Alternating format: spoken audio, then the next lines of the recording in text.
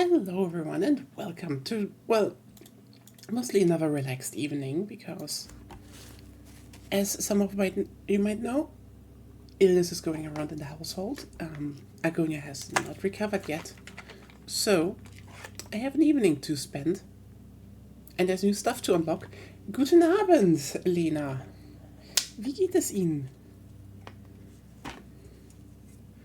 So, since just today the Crimson Front event rerun happened, I just was like, you know what? Let's play some front lines. Let's unlock some of the new stuff. It's actually stuff you can also buy. So free shit for stuff you should be able. Es geht mir gut is actually the correct term.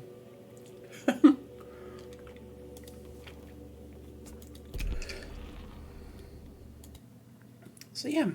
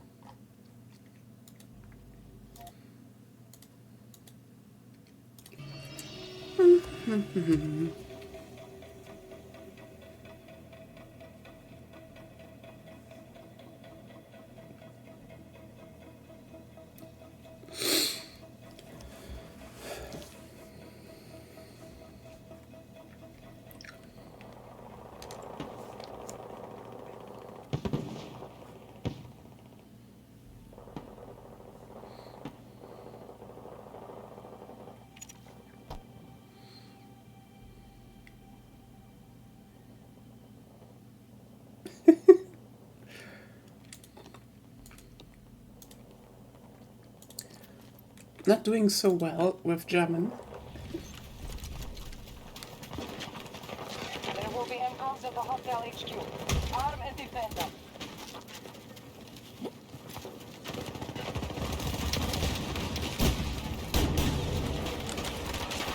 Can't hold them in water. Go back and mount your defense in the next sector.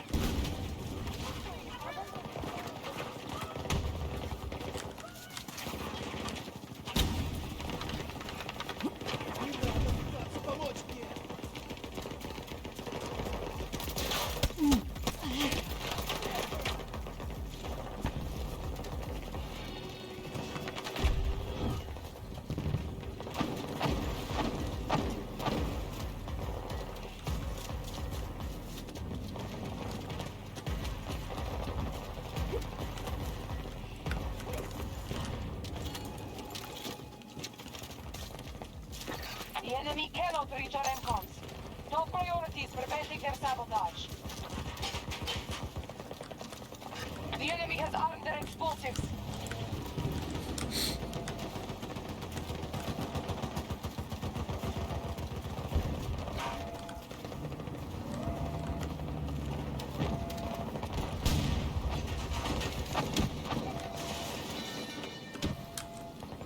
Yeah, not so sure about that. Hostile charges disabled. Good work.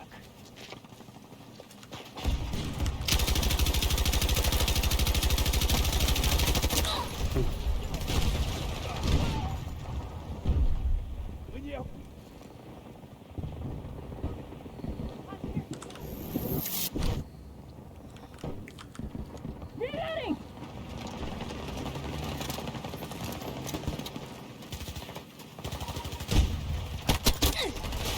Look at them. Enemy reinforcements are being depleted.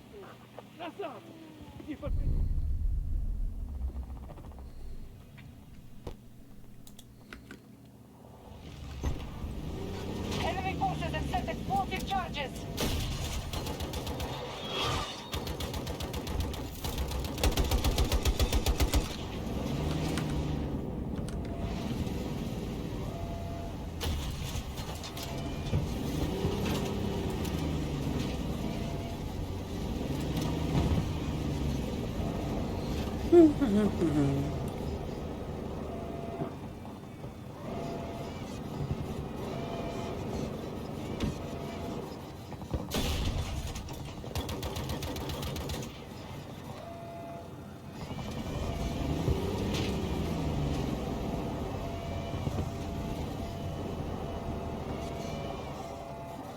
Oh, ooh. Clutch this arm. We disabled the enemy's explosives. Their assault shattered against our defenses. Continue to push the enemy back.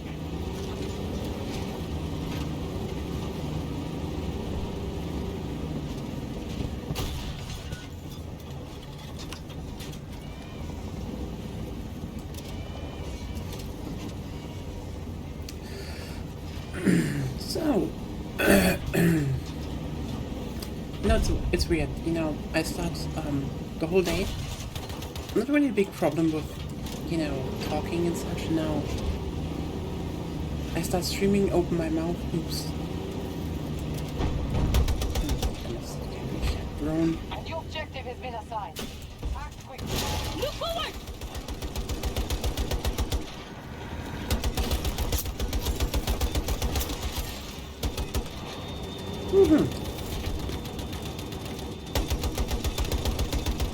Oi! Shitty tank. No shitty tank driver.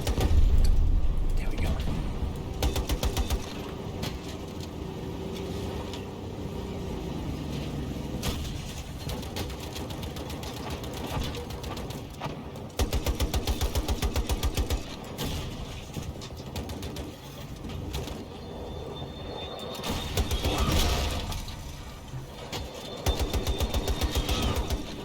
Go. Shut the missile down.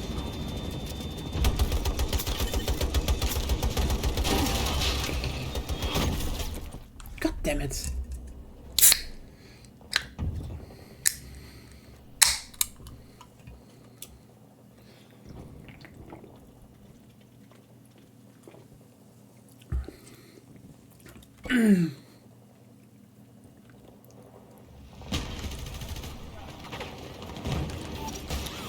Can you protect it?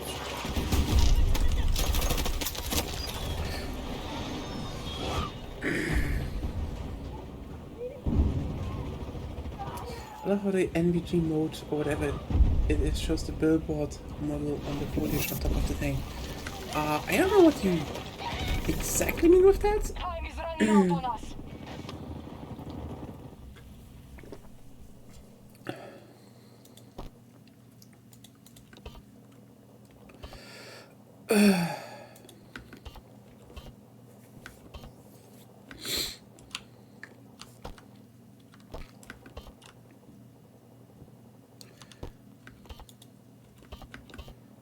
Hello. Let me just forget. There we go. Now everyone can spawn.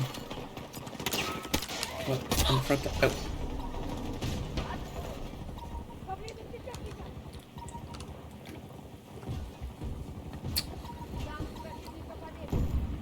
Apparently there's also a new map in Frontlines, which is good. Honestly, Arika Harbor is like one of those maps where I'm like, it was kind of amazing that it wasn't in there already.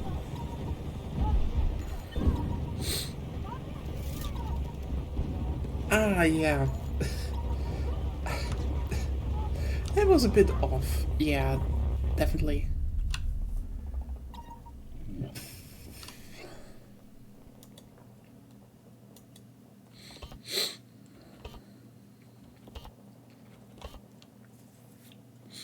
Redacted really is like, honestly I expected that it would, that it's like a free flag layout with like a flag here or there and then like the end comes here, but like they kind of really made it into this meat grinder-esque.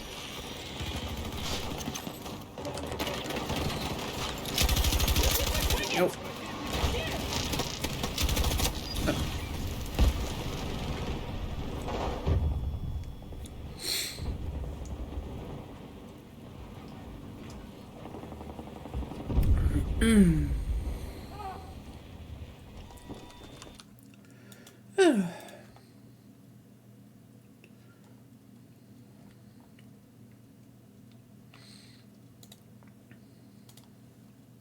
Do wonder if this mode is actually the next title. But then again, testing is gonna be soon, so that's gonna be very interesting to see. Like, I'm actually kind of shocked we haven't had, I see you.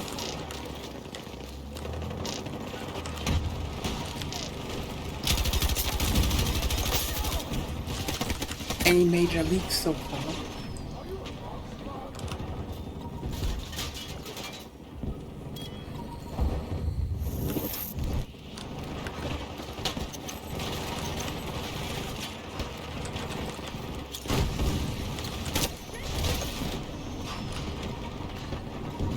There we go.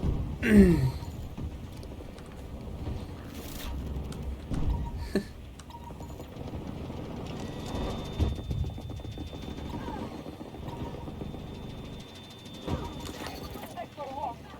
Fall back and mount a new defense in the next sector.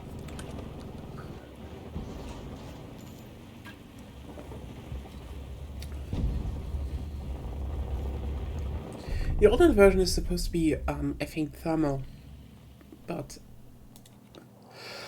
yeah, thermal vision in video games, that's always a wee bit fucky thing to program, isn't it? Still remember how back in 4 they went and were like, okay, let's make, you know, All soldiers are converting let's on rework dislocation. how our whole lighting engine Explosive works. explosives.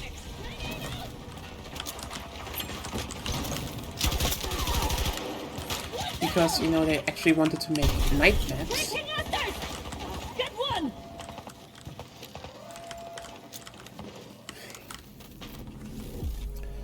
And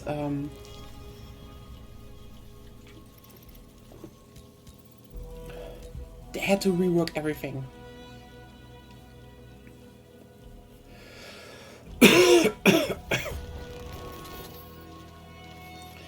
Like, see, the thing was, one of the engine things is that night maps weren't really a thing. It was more a filter you put on so it appeared darker. And since they wanted to make real night map versions, they actually had to sit down and rework how lighting was, you know, processed in engine. Which also meant they had to rework how thermals work on an, like, completely, you know, fundamental level. Fundamental. I'm ready. It was interesting because thermals were just broken for a while because of that. It's a fun time. I'm still pissed that the company policy held back some really good stuff, in my opinion. I mean, in general, I would say 4 was like... Let's just be really, 4 was kind of a mess of a game, and it never was that good. The thing why people later said it was that good is simply the fact that A, it got some, you know, arguably good free stuff, and B, holy shit, do people remember how much they reworked? How they reworked completely how maps, how guns worked in that game. They completely threw out the netcode. They changed so many legacy bugs in the engine. Yeah, like...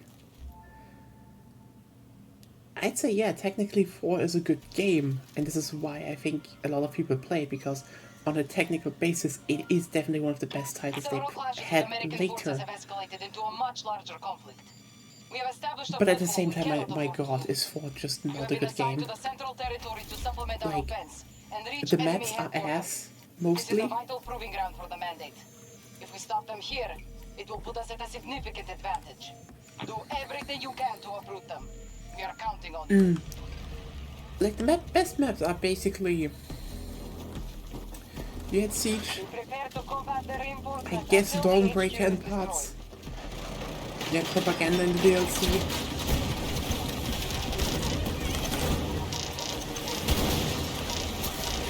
There we go. And like, I guess Locker wasn't that bad. Like, sure, was it Metro? Yes. Was it still kind of a better Metro? Yes.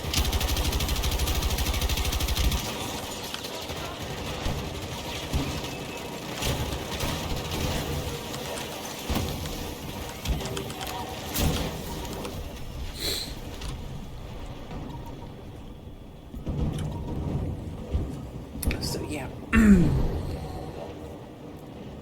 even then,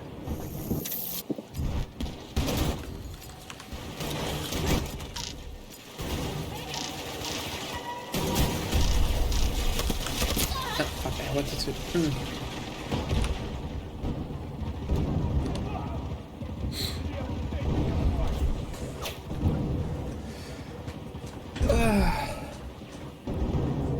Mostly the only game that matched in terms of, you know, launch maps that kind of sucked was 2042, and here it was more like they were just too big and open. And frankly, they reworked some of them to be probably, I mean, really good. They now made some really good ones. We've taken the sector.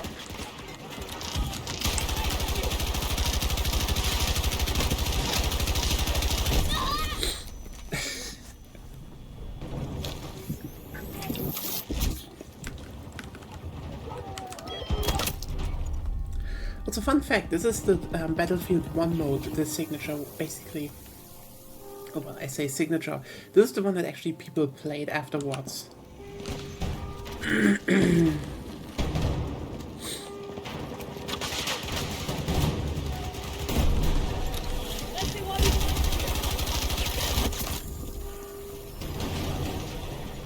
I guess you could say Rerun was it also, but, well.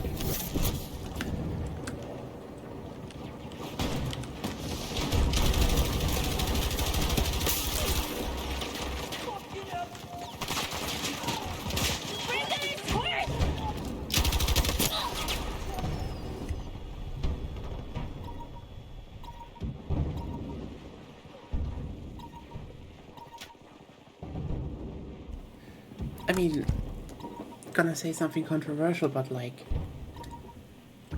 Breakthrough wasn't really a Battlefield mode.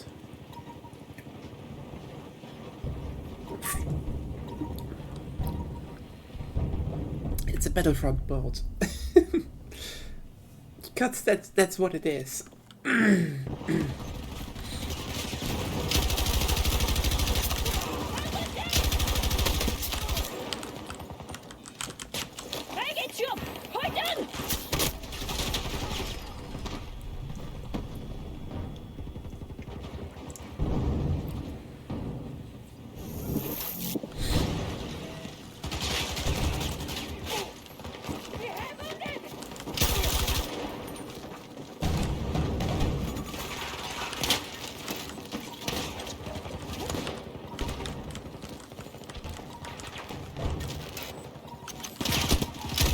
And that's the question.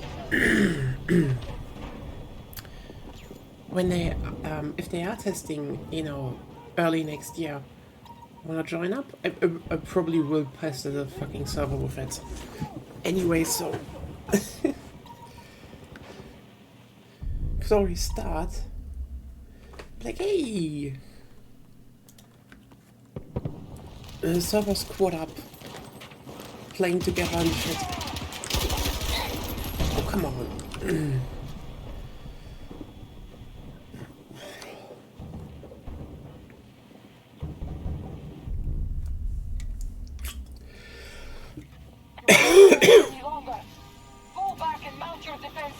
Then again, God damn it.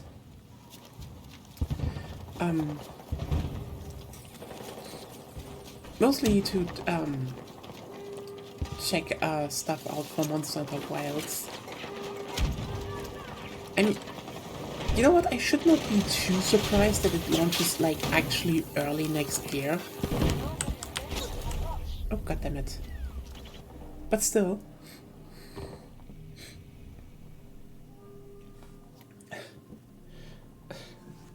When Rain saw, you know, The next objective is marked on the your state radar. of play trailer was like, February! Ah, fuck. That's around the corner. Help?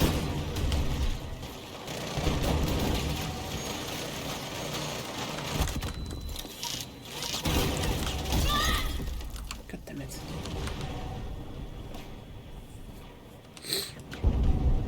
Yeah, need to plan some stuff because just, I mean, for everyone wondering, yes, I think we said before, we will probably play Wilds on stream. And I don't know how long. Maybe this is actually gonna start with a, you know, two dumbass girlfriends make a 24-hour. Let's just power up into Monster Hunter Wilds as much as we want. Playthrough in the beginning. Who knows? The thing is just we need to kind of find a way how we play it. Like, for example, Freedom Unite is already wrapped up. We finished that like 2 weeks ago. Ukandos is dead. We killed it. We made the King Attilat sword and we killed it. It's dead, Lena. You missed it. We have taken control of the sector. I mean, we are thinking about maybe doing Generations as well. I don't know if we could actually finish Generations in time. Maybe actually. When I think about it, there is no New Game Plus. You just replayed the old titles. Like, honestly, it's sort of New Game Plus. There is no New Game Plus in Monster Hunter. There is just you start anew. You make a new hunter and you start killing things again. I mean, yeah, I said we might think about maybe Generations, but that's a different thing. Like, so you probably would recognize some stuff. I think I talked about this a bunch. For example, the desert swamp, jungle, and you know, forest and plains, forest and hills. Sorry, a bunch of stuff is, you know, they just take you know, snowy mountains. They just took directly from the second gen.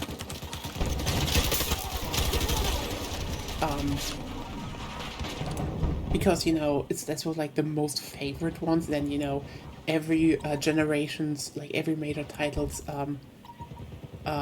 main area. So you have also Deserted Island. You also have, you know, Misty Peaks. Wonderful. I am still pissed that the third generation maps are not in there, because the third generation maps are wonderful and I love them. And I hate they're not there. But we'll see. We'll see if we do that.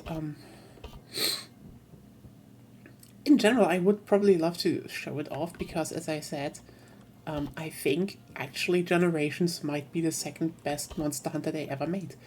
I didn't expect that to be my you know, opinion. When it came out, I was like, oh, it's a big crossover thing. But then it turns out that big crossover thing is shockingly good. Like, shockingly good. Especially when they put it on the Switch and then you could actually play it on a good console. Okay, you know what? Maybe, just maybe, Generations just gets bonus points for being on a good console that you can actually, you know, play like a human being. I'm sorry, the 3DS is just like... And I don't want to hear anything like, oh, but you played on the PSP... Yes, listen. Playing on the PSP and playing on the 3DS is like two whole different things. Like, one is the claw, and the other one sucks. Hello, 3DS. And I even have the Circle Pad Pro extension, and it still kinda sucked. I do not know how they managed to do it, but it just kinda did. Yeah, this was less that. It was more like, let's have, you know, the best monsters and like some of the most popular stuff. Like, you know, oh hey, let's rip like all the you know, starting areas from all major types and put all the second generations maps in, and then have like a good bunch of fourth generation stuff. Ironically, they just miss out 2 maps from fourth generation, which I just find very weird, because they're kind of good in my opinion. Still, it's just weird, but yeah.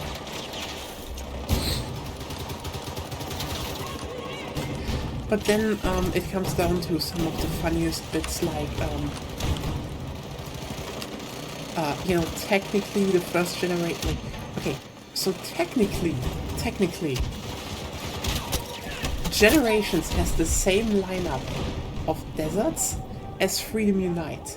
And you'll probably be like, wait. Freedom Unite has the desert from the second and the first generation. Yes. And you're like, but the dunes are the desert from the fourth generation. Well, yes, but also they're a remake of the desert from the first generation. Which is what I kept saying, put in the fucking sandy plains from third generation. Like, the sandy plains are so... I'm sorry. Third generation just had peak map design, okay? Flooded forest, iconic. Sandy plains, great. One of the best volcanoes. Sorry, it just is one of the best volcanoes. Did I forget? My dumb ass is opening the wiki to check what...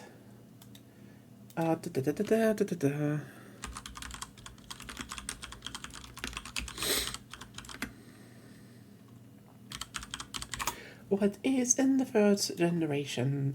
La la la la. I am going to rate all of them. Okay. So, they don't have many, you know, normal ones, but basically, the 2 that are in, you know, they're great, because we have, you know, Deserted Island. That's a good one. Like, I think Deserted Island is, in my opinion, one of the, a really good, starting area. Because I think one of the major problems they had in, I'd say, especially later generations, is they kind of missed out making, you know, okay, they have that in general, that they kind of miss out making, you know, just forest and hills. Like, you know, just a very average, you know, temperate climate zone thing. Just, you know, just the forest and hills. And, we had forest and hills. Okay, check. Deserted Island. Okay. And that's it. Now, probably some of you might be like, oh, hey, but what about Misty Peaks? That is also... Sorry. That's also more a generalized area. And yeah, but also... Is it... Like, Misty Peaks is kind of jungle. It's a bamboo forest. Yeah, sure. It's not, you know, it's not a full jungle, and, you know, you have the flood forest in the same generation, but I'm sorry, Misty Peaks kind of is a forest jungle thing, and I don't... I'm not hating. Also, hello, Vicky Amaru! Welcome by... Oh, God, fuck. Fuck. It's just like...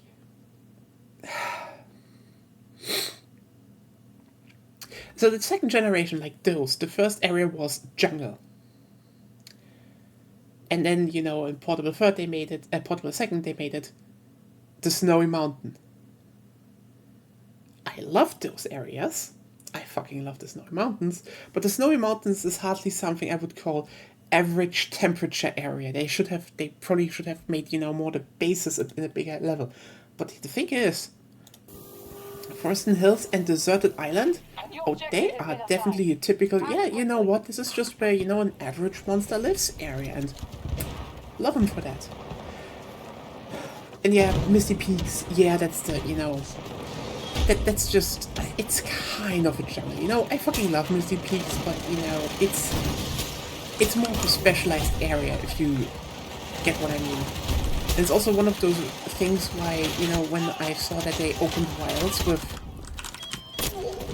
oh hey, our first area is a desert. And I'm like, first off, I like that you're basically doing Sandy Plains again, after remaking Sandy Plains in Rise.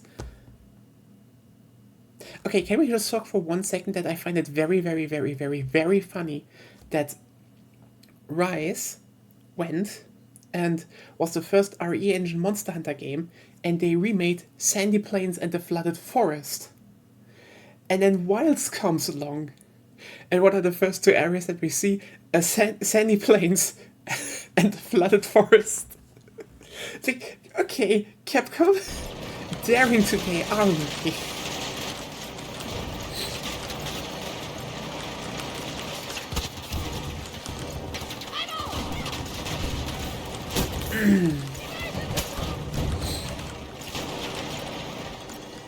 But yeah,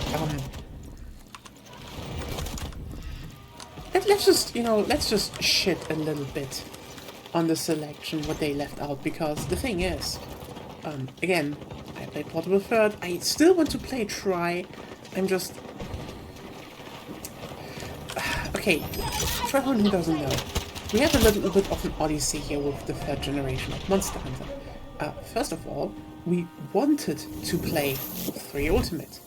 I was actually willing to buy a second Wii U to do that. Then it turns out...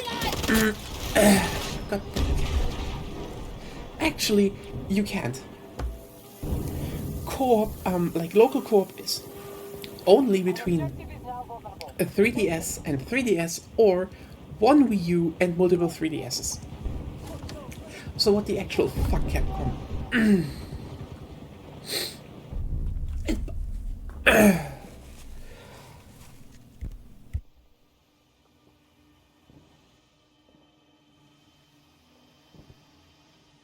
Like, I'm sorry. You can make co-op, like, you can make LAN co-op between consoles. That's not a problem. That is doable with the Wii U, from what I know. Why the actual fuck... Why the actual fuck isn't it with Monster Hunter? Just... Oh, no one would have done it. I would. I would have bought a second Wii U, goddammit. I am dedicated. But still. And so I'm just pissed, you know, because Generations leaves out A, the Flooded Forest, which is literally probably one of the best jungles they ever designed. The Rise version does it not do any justice. Sandy Plains, basically one of the best deserts they ever designed. The Rise version does not do it any justice. It's actually really good. Tundra. Okay, you know what? You know the drill. The Tundra is basically... Okay, sorry. The Tundra is like the one thing that makes me angry that they didn't include it. Because here's the thing. I generally do not have a big problem with them being like, okay, you know, we have some... The thing is with ice regions, I think they are probably the best example. Because Monster Hunter regions, you can generally say there are variations in temperature, but every region has their own, you know... A desert is not only a desert. There's like, you know, the Sahara dune stuff. And then there's, you know, the... you know, more, you know, less, it's not, you know, the sandy stuff, it's more, you know, there's rocky parts, there's, a more, I forgot how it's called, you know, the plains part. I'm sorry if, this is just literally me forgetting over it, you know. But what I want to point out is, a desert is not, there's not one type of desert, there are multiple types of desert, and different animals step. Yes, there are steps. And there are multiple animals that live here. And this is why I still have a problem with generation selection, because we have dunes and dunes, but the, you know, more rocky steppe part that the Sandy Plains were, oh, nowhere to be seen. Oops. Okay, cool. And similarly, we have the snowy mountains Okay, cool. That is like really a cold mountain peak with ice caves and stuff. Cool. And then you have the Frozen Seaway, which is... I feel a remake from a Frontier map, but that's me. Which is like, you know, oh, you're in a polar sea and like on a frozen island. And like, okay, sure. Stuff probably lives there too. I'm not going to judge that. But then you look at Tundra and it's like, oh hey, you have a boreal climate.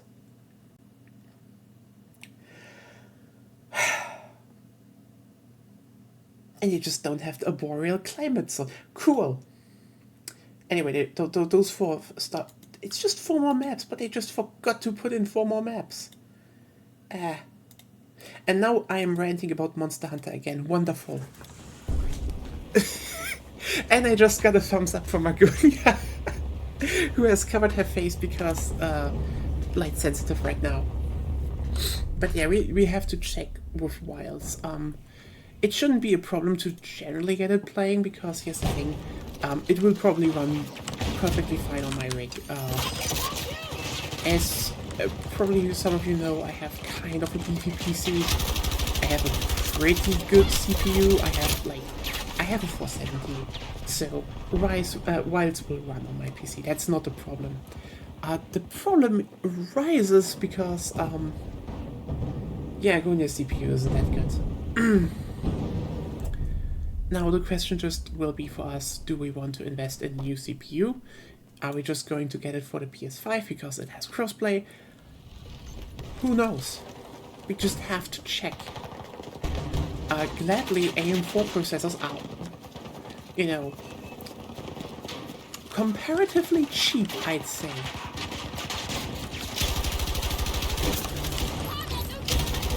So doing an upgrade wouldn't be out of, you know, it could be doable.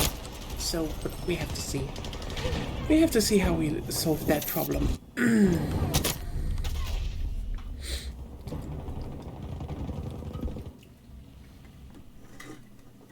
But yeah. On the other hand, oh god, I am actually really excited for some of the returning monsters because, okay, chat. The thing is, what I want to talk about here is a leak on, I think... I forgot how the Chinese website is. Weibo... No, that Weibo was the search engine.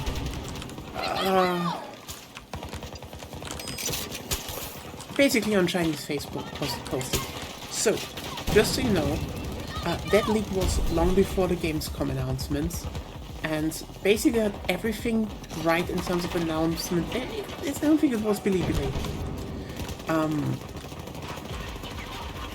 Got everything right, even in order, up until now, okay?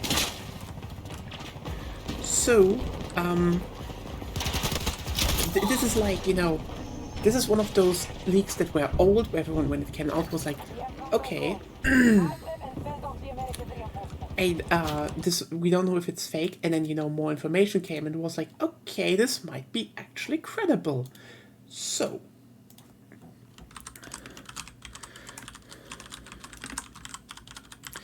if you want to,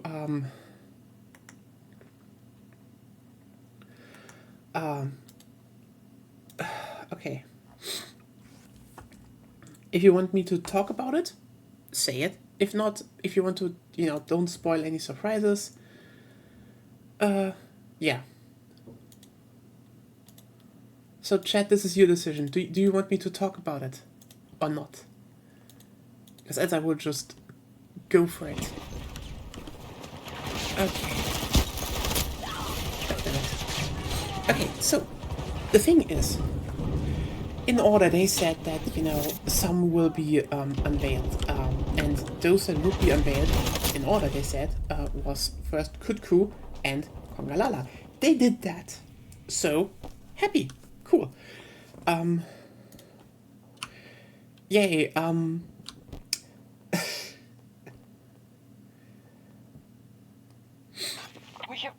Kutku and Kongalala. Honestly, I'm very happy with them because, as you know, as you saw Frontier, as you saw us playing Freedom Unite, I just love those two. They're just wonderful.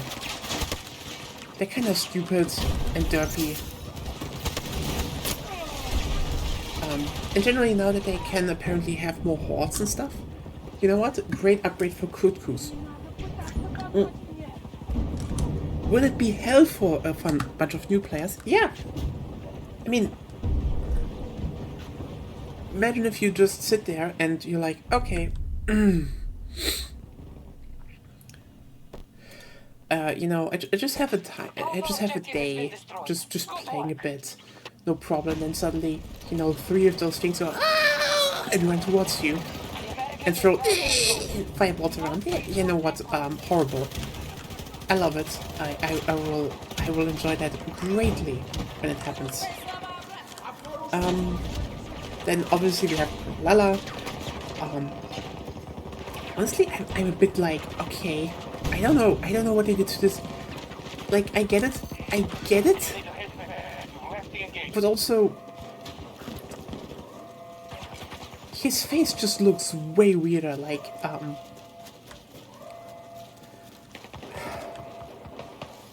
okay, it's a Kongalala is a wonderful, you know, visual upgrade. He looks so much better and more animalistic, but Our tactics were superior to theirs. Victory is ours. old Kongalala, you know, was kind of like, it's the goofy monkey that farts. Whilst Kongalala looks like he molests women after night, during the night. It's just like, okay, what have you done to his fucking face? This is disturbing. After dark, after night. God damn it, my brain, I hate it. Ah.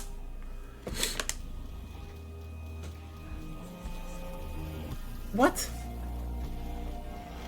And you're laughing. I am a spill and you're laughing.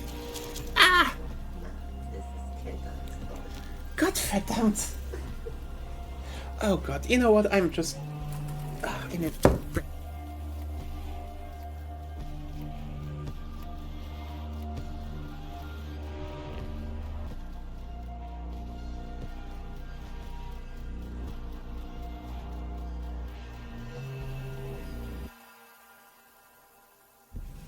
Oh boy, we have some glitch here. I mean, there's gonna be the Halloween event soon, so probably they have a new battle pass there.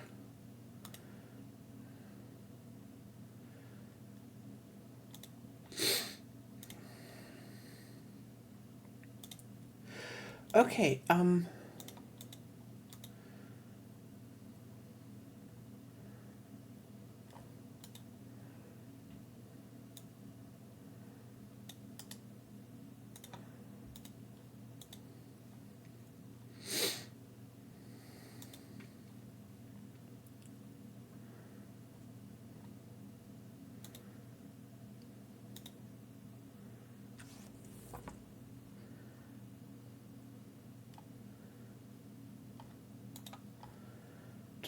there we go.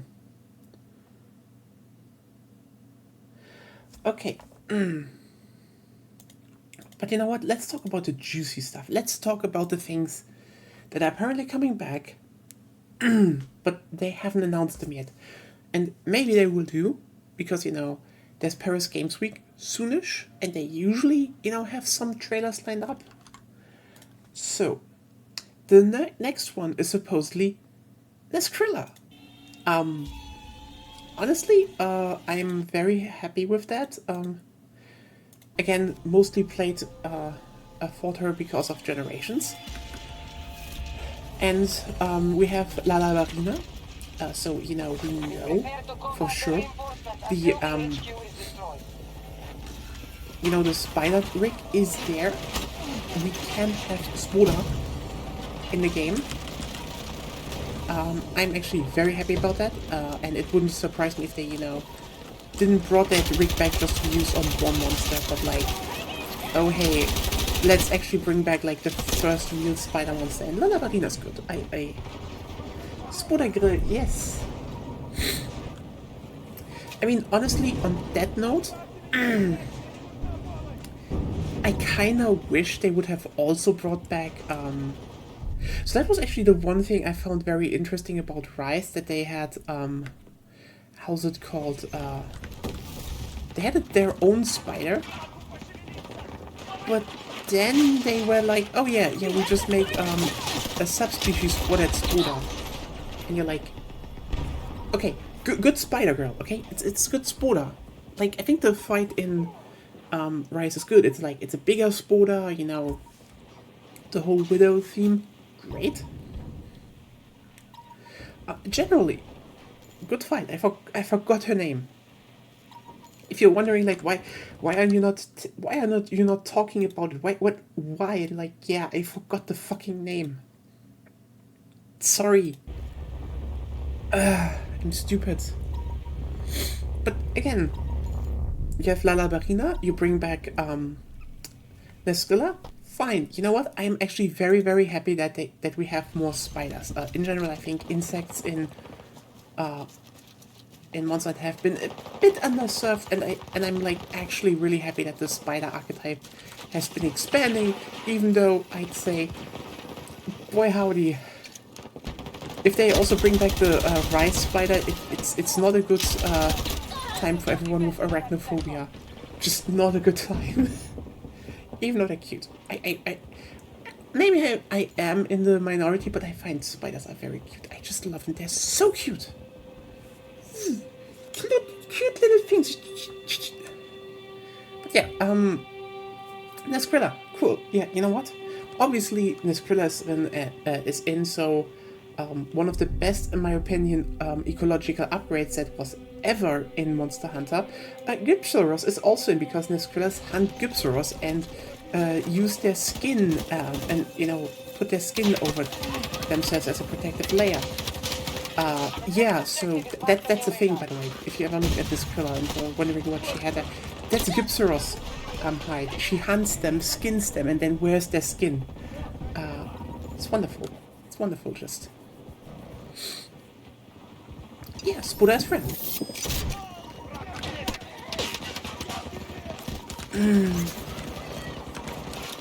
Scanning!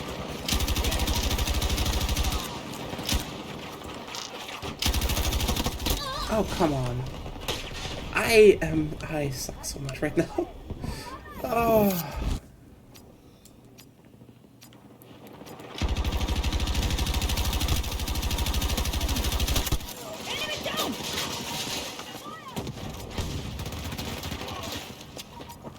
If you want to see any other weapon, just tell me. I can switch.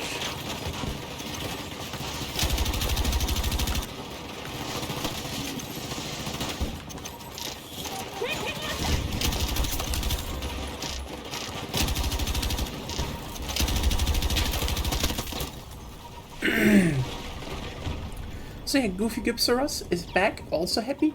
It will annoy people to hell and back. If you remember, so everyone who's wondering, Gypsaros was that one thing that, you know, that one bird weapon goes, okay, wait a second. It also, like, does, but also then, you know, it flashes you. And then you're confused, so you have to, block or do, Superman jump. And then you are not flashed. That thing. It's derpy and runs in a triangle. Except when it's the subspecies, then it runs in a cube. Square! That's the word, right. Thank you, my very ill dear. It's wonderful, stupid, and I love it.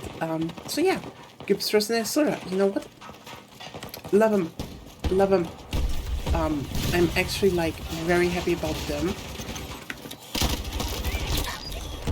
Then the next one, which basically already confirms the fact that there's gonna be an ice area from the start. Yes. Listen, I think it's fine that they're aiming for 5 areas to launch with. In general, I would say you should aim maybe for 6. Because again, now it's more like, oh, you start with a desert and then a jungle, you know, like World also did. You could just, you know, just have your own forest and hills again. Like, holy shit, why? Anyway, thing is, they're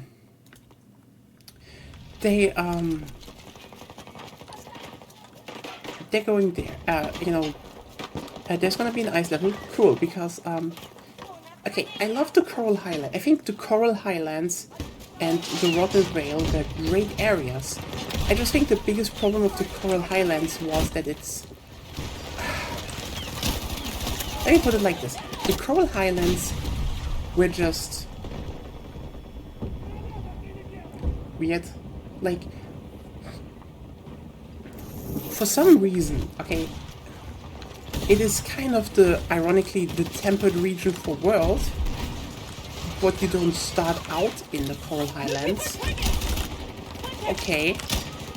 But then also you have the thing that the Coral Highlands is the ice area. Yeah, no, most of the water and ice monsters are in the Coral Highlands. And you're like, if you had some of them in there, I guess. But like, it was just weird, and there was a reason, you know, they basically made an ice area, even though they had already in quote-unquote ice area, you know, for the expansion. But still, there's an ice area coming, and Blangonga is back, so white monkey with anger issues, yay! It's gonna be so funny to have all the new people be like, what the fuck is going on?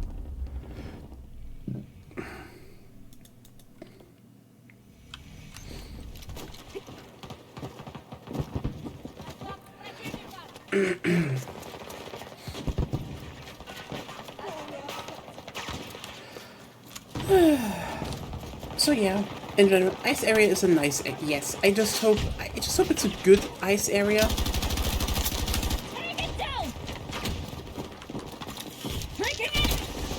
Yeah. But yeah, next one. Lagiacrus, I think it's in English. In Germany we say Lagiacrus, and that's how it's supposed to be.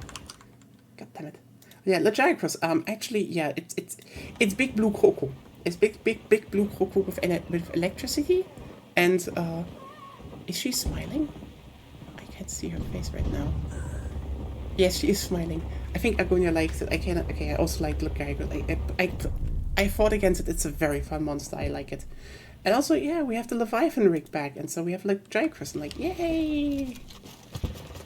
And also we have a flooded forest, so yeah, I guess I already saw like the big water area, and I was like, please if for Lagiacrus or go the fuck on. It's like Lagiacrus, yeah, okay, you know what? Please if it's like not the best fight, maybe, but Lagiacrus is, and like, yeah. This is just good.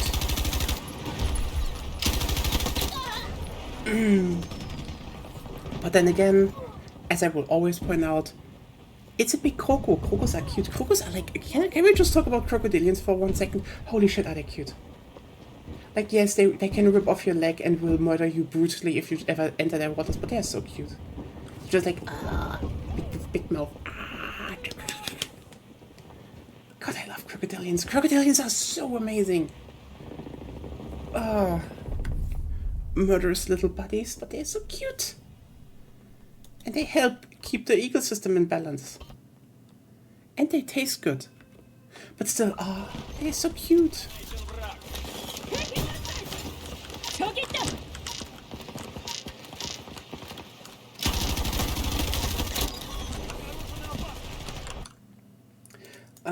Next one.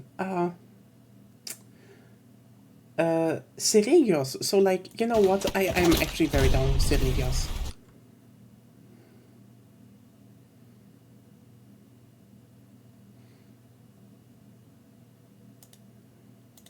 Like, Seregios is just, ironically one of those monsters where, you know, we played in Generations and we're like, that's a good fight. And then we played in Frontier, we're like, yeah, no, that's still a good fight. And it's just fun. Also, apparently, Gore Magala and Shagaru Magala is back, and like, I hope they're not doing the whole Apex Monsters thing again, but like, you know, actually having like the frenzy virus operate on a, like an you know, open area system. Honestly, I'm fine with that. If they want to, you know, kind of redo some stuff from 4, just fucking do it. I think a bunch of good ideas they had in older generations were held back by the fact that they were, you know, on the 3DS, for example. It's just that. So yeah, also Gore and Shagaru is like, I think Gore is like, as I always said, is like the good low rank Elder Dragon that they made. It's just it's a fun fight. It's not hard or anything. It's just fun. And Shagaru is a good, you know, it's a good later Elder Dragon. Especially since they don't really want to do Elder Dragons that much this time. I think there are a good selection of Elder Dragons to have back. And then apparently Mizutsune and Zenogre are, you know, for, you know, later updates and DLCs. And it's like, Mizutsune is just, I mean, just to quote some trans girls, I think transition girls, as some call them, because like Mizutsune is just, it's a fun fight and a great monster. I love it. And Zenogre is Zenogre. Like, at this point, I don't think they can allow themselves to have a monster now without Zenogre. So they're just probably opting for, let's just launch, you know, maybe we just launch without Zenogre and then we just put Zenogre back in. Because, like, they had it with World, you know. They were like, oh yeah, we don't have Zenogre. And then everyone's like, where's Zenogre? And then they were like, fine, have Zenogre. I mean, okay, it was also partially their fault because, like, Zenogre was the first fanged wyvern they ever did. And then they, you know, just left it there for, like, nearly a decade, just as that. It's just the one.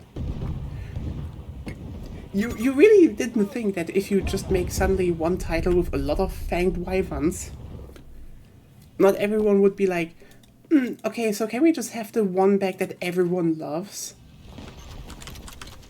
And like, yeah, Big Wolf is back.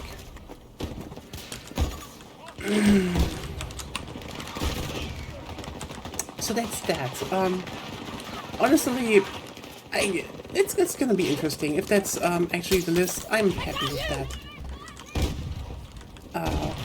Especially since they, you know, show now more classic monsters also returning. I think the newer ones are actually kind of amazing. Like, I think some of them just look fucked up. Like Ufdona, Spooktober, yes, Livingston, that's true. I don't have. I think I need to update my Twitter, but honestly, I'm a witch year-round, so I wouldn't change that much. I haven't thought about that a lot.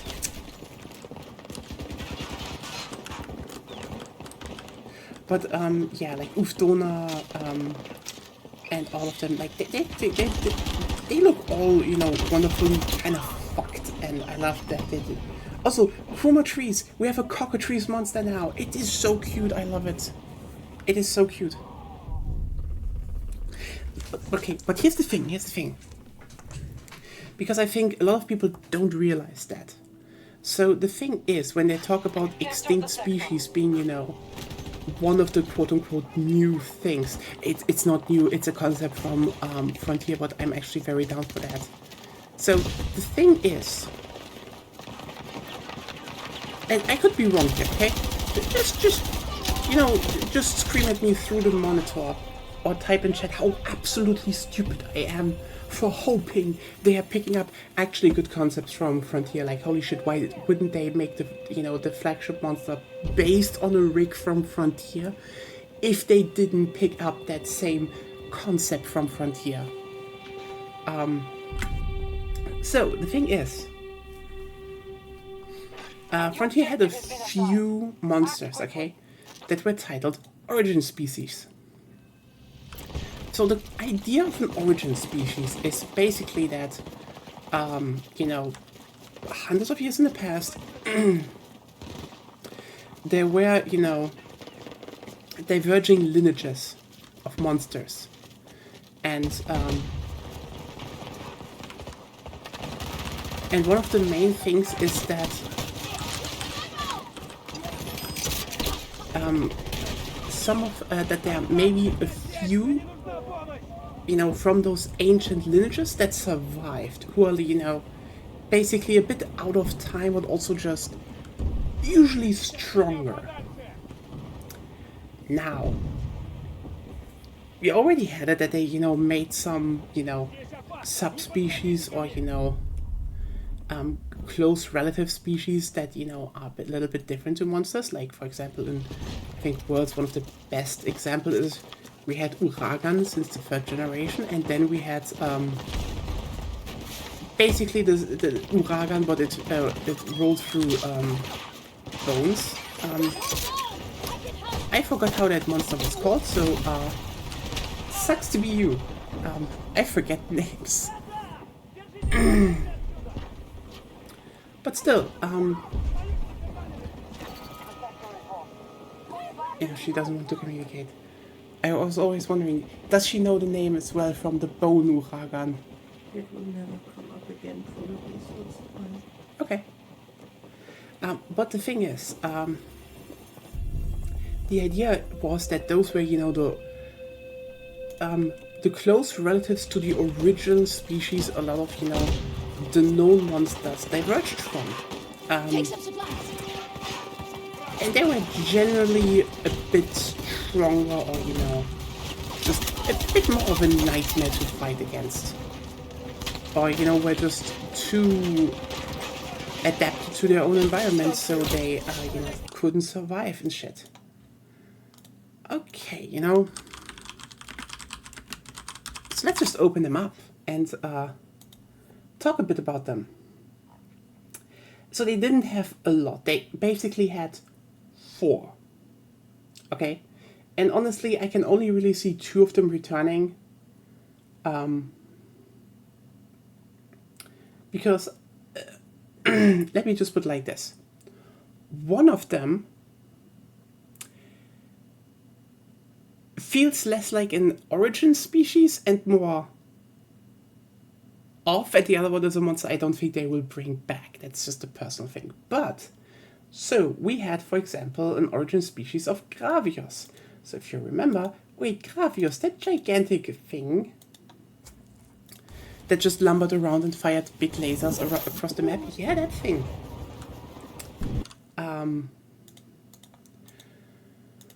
But it had something. Okay, it had an origin monster called Gureadomosu. I mean, this is Japan, so yeah. So this wyvern was in the desert, which is fucking weird. If I'm gonna be honest with you, because it was probably just a thing because they didn't have anything more fitting. But like, if it was me, I would definitely just retcon it like, oh, it would also, you know, live in like, you know, rich water forest areas, because that just makes more sense considering what it does, because it has water jet engines. Well, it, you know, presses water out like jet engines out of its body, and so it can just jet around the map, or jet into you, or jet over you, or just do all the things that you do not want this giant thing to do as fast as it does. And it's lovely. It's wonderful. It's just horrible. And I hope it comes back. Because if they're actually, you know, picking up that idea for the origin species, generally I will say, I'm down with that. You know, I'm actually very, very down with that. I think it's a great concept, and I would love to see, you know, them maybe expanded for... Hey, just an idea. What was the origin species of Tigrex? It's probably horrifying to think what the original Tigrex was, because maybe it is even bigger, stronger, and more muscular, and that would make sense that just a few species, you know, a few specimens survived over the years, because like the idea of the Tigrex being this, you know, highly efficient murder machine that, you know, has a gigantic intake of, that needs a gigantic intake of food to just survive. If you had like a species that only in certain areas survived because it had an even higher intake, you could definitely say like, oh hey, that's you know, it would be something like a subspecies, like an apex predator maybe, but like Diurex. what? Diurex. Yeah, but Diurex is not really that. Yeah. It's Big I know. But okay, I'm gonna be cynical in a sec, but let me just go over the idea. I generally think this is a fun idea because again, you could have this thing between, you know, it's kind of related but also kind of the same monster. But it's not a subspecies, and you could be like, this is rare, this is especially hard, and like, cool. Yeah, you know what? I'm down with that. That's cool. Also, one thing I wish to see, and we know the monkey rig is in the game. Volyang. And if you're now thinking, that sounds a bit too much like Rayang for my taste, it is. Oh. See, Volyang is the origin species of Rejang. And contrary to Rejang, I mean, okay, they both live in volcano areas, but Volyang has a way. I think it eats. No, wait, that was the Diablos thing. But Volyang is just like. There's so much fucking fire going on, it even burns out of its fucking. It burns out of its fucking, how's it called? Horns.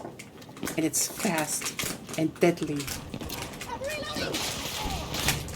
Oh yeah, by the way, Livingston, yes, we have spooky games planned for Spooktober.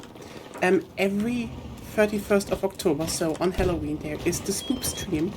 And this year, it's gonna be Shadows of the fucking Damned because it's coming out on 31st of October. If that's not too spooky, we have Ghostwire Tokyo on every Sunday. I'm actually like that's my thing.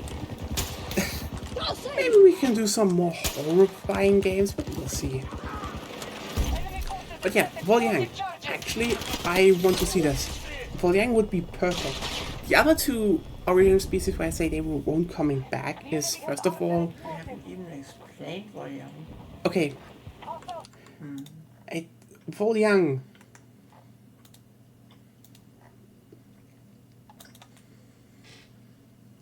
I can't put them up. Oh, goddammit. Oh, here. Imagine a buff Rejang out of stone that sets itself on fire. Yeah, basically that. It is like the worst. It is the worst nightmare you could have with a Rejang. Like, just, I love it. But yeah, the two origin species I don't think will come back is one is called Toa Tetsukaora, which I don't think is a bad fight. The thing is just, it's an origin species for an Eldrang. It's for Teostra, and I generally think, again, I love it. it's a good monster, but I think just also from a narrative standpoint, I don't think they will touch that frontier monster because, like, I think the Eldraings are supposed to be their own thing, and I think making origin species for Eldraings takes a bit away from the mystery of Eldraings. Well, just make it a thing that's just in the polar regions. Also, I think the dumbest part is more like, I think they would need to reclassify it as, you know, not an Eldrang, but like more like, not an origin species, but more like, it's just, you know, a close relative. It's a close relative. That would just make more sense because it factually is a subspecies. They just, you know, were like, hey, what if Teostra used ice? And here's the thing. The origin species usually had something related that either, you know, changed slightly or, you know, got lost over time.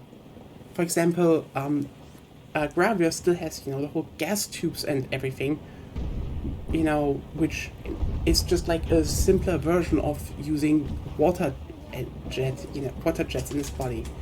Volyang is like, yes, he uses electricity, something I think Rejang still uses electricity. I think Volyang also has that to a degree.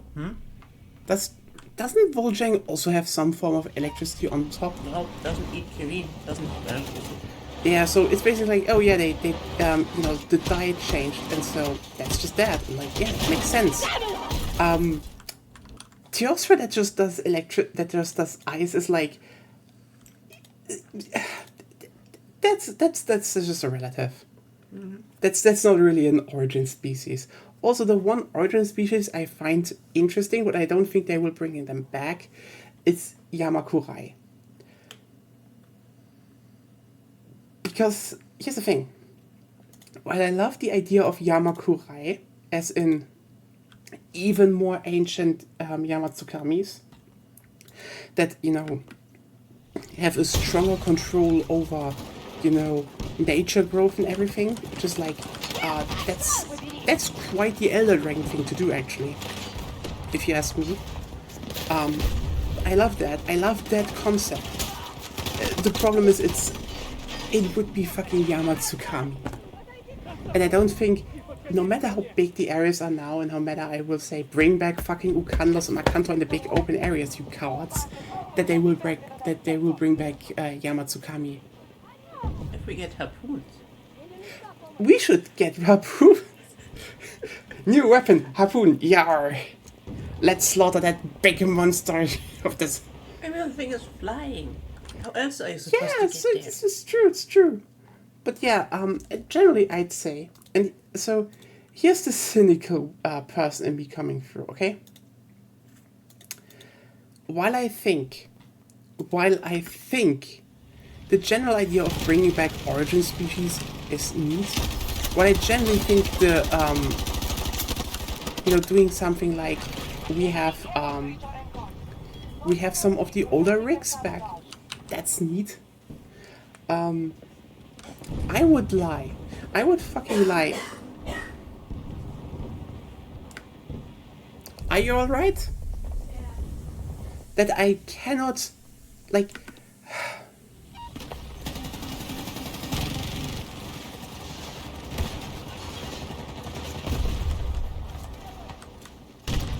Like, the thing is, as much as, Capcom really tries to make better writing about, the world of Monster Hunter, they always have this tendency to just fall back on a lot of gamey shit,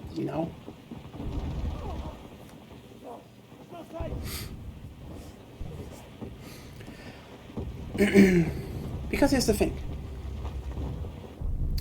My guess for Monster Hunter Wilds will be They've planted explosives. you're going to be introduced to a lot of locales.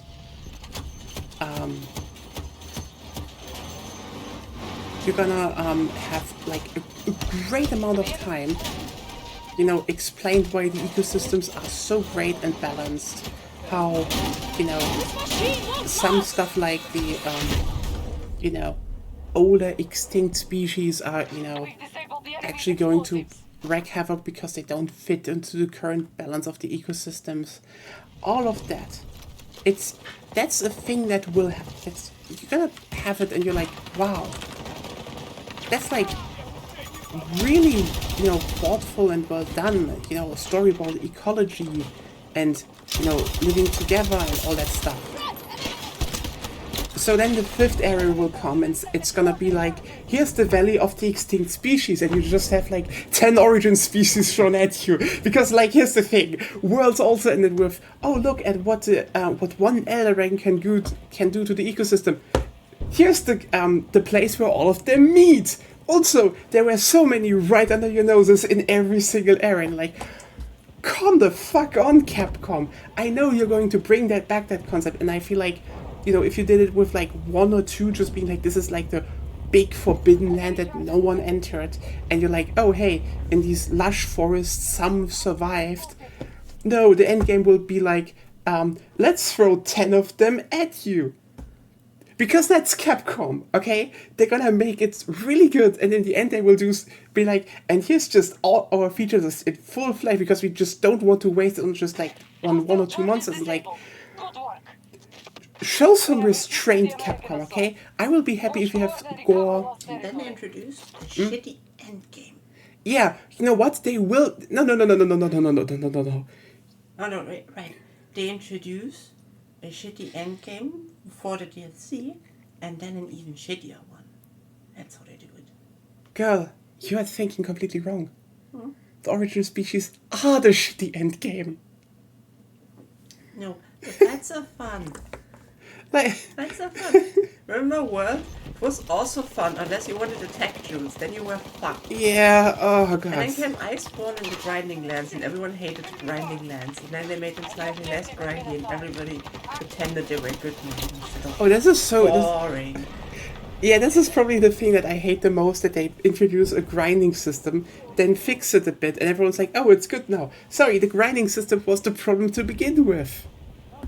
It was generally just a shitty locale. It was like, okay, we have all those different areas where you can hunt, which you've like grown to like over the course of several hundreds of hours. But the rest of your existence will be confined to the grinding lands or specific boss arenas. Yeah. I mean, honestly, Then you have to level up the grinding lands, but you can't level up everything. You need to downgrade many number of other shit. you know what the funniest bit for me is? That apparently the one game where they actually got, you know, the quote-unquote endgame right was 4. And that only because, ironically, 4 has not one endgame, it has 3 things to do. And all of them gave you relatively fast progress in whatever they do. So it's not like you need to do one thing. Because if you're referring to that talisman shit, that is still bad endgame. Yeah, okay, that is bad, and I totally agree with you that. But it's more like, oh, if you, for example, there's like a thing similar to the investigations in 4, in World. How the hell did you manage to do that? Girl, I look at you not 1 second, and there's hair everywhere. What are you doing? God. You know what, since she's not talking and we're talking about Monster Hunter. Yeah, I'm talking. You're talking! Blahash, goodbye. Hello, Agonia. Hello. We have officially entered Agonia activity. You know what, let's just announce that so people know there's Agonia activity. I was getting dizzy just laying around. Ironically, standing up is less dizzy. It's weird, right? Yeah. You are working, your body works in mysterious ways. Can I just point that out? Just like, oh yeah. Oh god. Did I forget to post on... Yes. No, I didn't. No. Blue Sky is just weird. Anyway, Agonia activity. Yes, Agonia activity. Hello, I'm active. Thing is just, where was I? I just think they will just overdo it in the end, because the problem, like, the thing is, what I had before was apparently you had like monsters that, you know, progressively got stronger and more buffed. But but one of the interesting things is that they did was, oh hey, if you finish them up, you actually got also resources to you could trade for resources for monsters that don't live in that area. So you could actually make armor sets, you know, that were basically just reskins. And they had their own armor sets of older armors from monsters that, you know, aren't in 4 even, of weapons. So which was kind of cool, because they then even made it so that they went and were like, okay, this monster didn't have, for example, a charge blade back in the day. Let's just make them one, even though they are not even in the game. Which is like, you know what? That's actually a cool reward, I think. If you want to do something. Idea, yeah. Yeah. And also the most important thing is that the game communicated you there was not really a thing like at the end. It was more like, here's just stuff you can just keep doing if you like doing the game, and you get some good rewards for that. And there was something similar to That's what I kind of hated in War, because I think it was to upgrade your weapon mainly in the grinding lands. Like, realistically, I think I needed the volcano and the Common Highland, because I played Great Sword Yeah. on level 5. And then I needed to hunt some specific monsters there. Yeah. And that took hours to complete. Yeah. Like, I think the big part is that in 4 also, I think the whole talisman hunt was something that was, I think, if you did the Eternal Forest, you know, the random generated area, there you could actually Still, I don't like random chance Yeah. for Monster Hunter except for like the general drop chances of monster material. yeah, that's true. I In generally, my opinion, it doesn't belong in the game. I mean, I guess what they wanted to do with that you know, can actually fine tune what kind of stuff you could get there, and like, you know, you can actually narrow down your chances so it's not, you know, a full luck based thing anymore. How about they every just- talisman is available and has a crafting recipe, we can just make it. That should actually be the case. You know what? For Should be the talismans, case. And now my cynicism comes in, because we have seen what Capcom did in later it's just gonna be worse. titles. We will be probably able to buy some. Oh god, yeah. That's my terrible prophecy for once. Yeah. I mean, so How far they long, but still. so far they haven't done that because they, from I think during World, the devs said that they won't ever let people buy gameplay stuff because they're like that would just destroy the integrity of the gameplay loop. And like, you know what? Correct. Didn't stop them from a few things. Yeah. I mean, in Resident Evil they put stuff like that in. Even Yeah. though it's more of a scam than anything else. but It's still, all a scam. Yeah, but still, does it make that better or worse? I'm not sure. In Dragon's Dogma, you can buy like You can buy the crystals that to teleport in a game that actually hands them out. That you can't use them from the beginning, and also you don't even need them a lot. It's yeah, like I know, and some like basically general use items I think Yeah. are also sold. It's not that you need them, but technically it makes the game easier if you do that. yeah. It's just shitty behavior, and that's why I'm thinking that there's at least some faction in Capcom that's just testing the waters. Fair points. That is 100% happening. Like it is. That's the thing. And I hate that because Capcom is like generally one of the last publishers that is consistently putting out really good video games. Like gameplay wise, it sucks so much.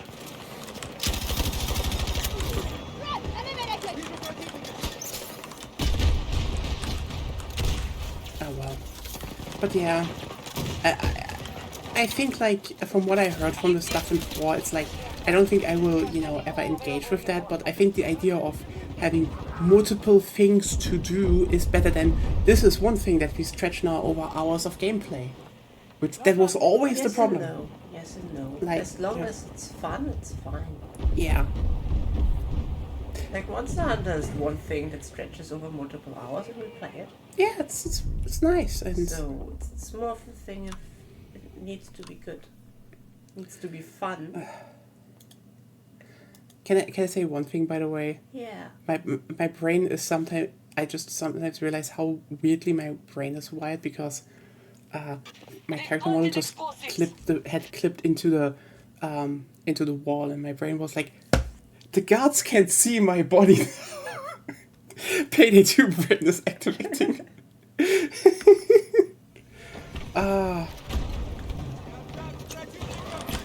almost out of time. Yeah. We've disabled the enemy's explosives. It's just it's just this whole thing about how should I put it in the best way? That's, I don't know. I can quickly see that they will sell shit, and it could actually be elephants, yeah. And that would be bad. That would be so bad. But well, we will see when it gets to that. Yeah. I feel like to a degree this is like their big series besides Resident Evil, so they don't really want to piss off people that much. I mean, they piss me off every time they fuck up their own economy and then sell you downloadable item packages. Oh, that is okay. So, that is probably the like I still like what's on everything, but it's like they can't build a functioning economy and then shower you with items so that if there was an economy, it didn't matter anyway.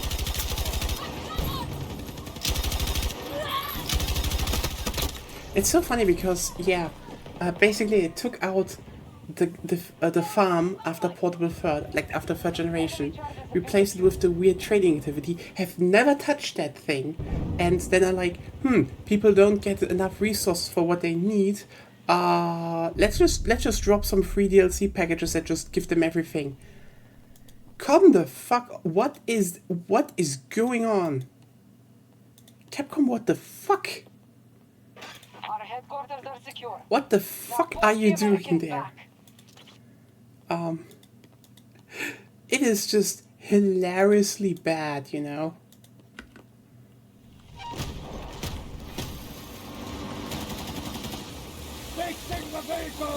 Prepare. Prepare.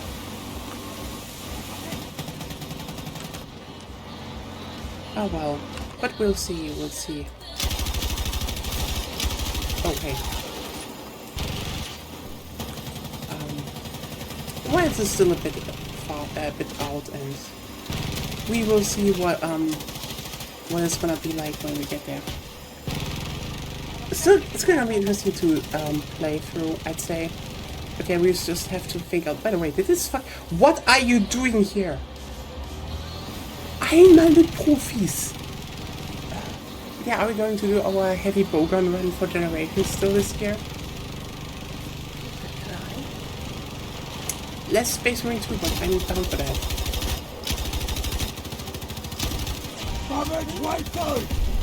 If I wasn't ill, we probably would have gotten like a shot.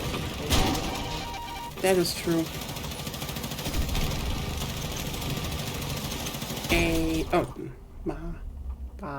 They can't drive into cover.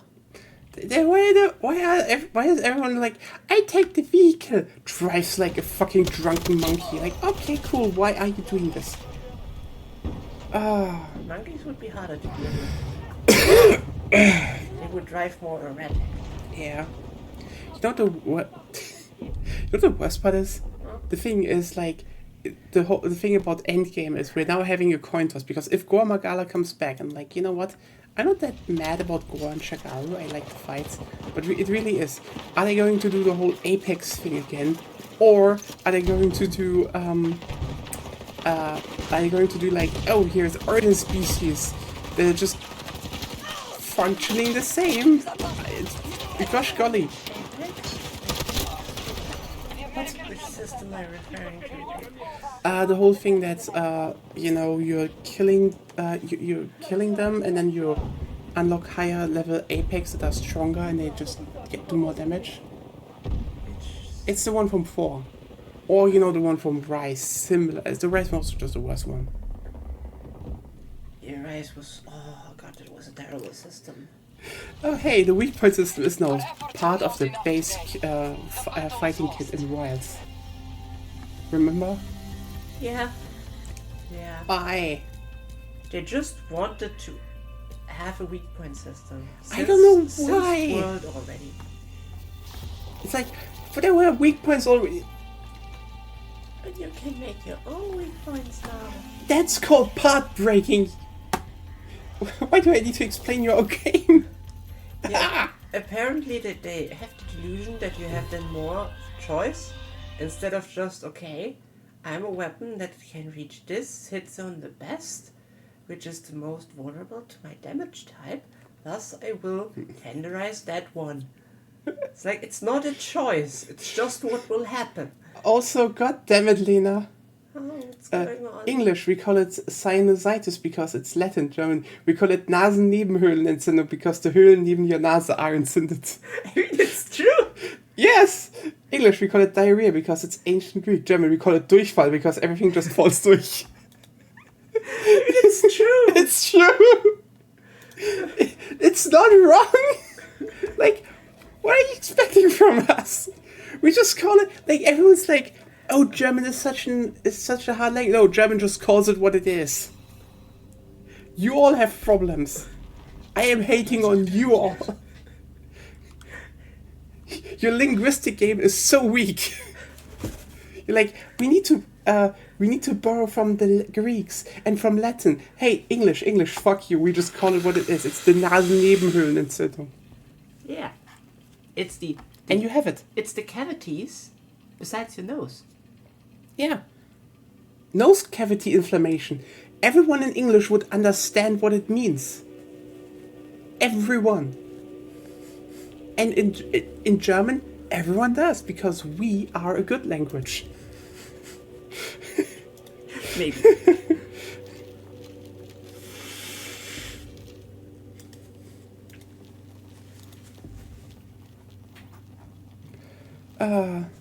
Logging into everything now? No. Ah. I'm looking up what it means to be like nearly a week ill and being a bit dizzy. Oh. Not good. Still have water though. In Dutch we call it Voorhoofdholtenosticking because the holte behind your forehoofd is unstocked. Yes! That... Several times yes! American forces have the same escalated logic. into a much larger conflict. We You know established what? a Let's foothold just we see cannot if afford. I just restart I just look for a few new matches because there is apparently Arica Harbor in front lines. So you know what? Let's just try getting Arica Harbor in front lines. I kind of want to play Arica Harbor in front lines. I'm ready.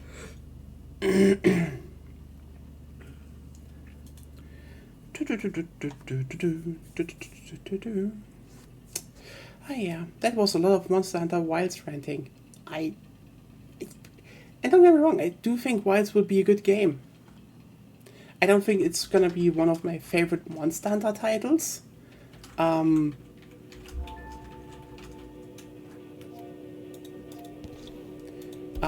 For that, it feels a bit, it's not as tight as it could be. Again, I think Generations is very short off of being my favorite one because the structuring where you fight which monsters and that they should have the third generation maps, then it would have been like easily my favorite actually. I'm trying to search like health tips, like when we're ill for a long time, and everything Google tells me is like working right shit. I mean, apparently that's kind of the important part. It's not important. But I mean, I think the funniest part is that when it comes to working rights in Germany, it's like, is my boss allowed to do? And the answer is usually LMA. Oh no, because we have workers' rights.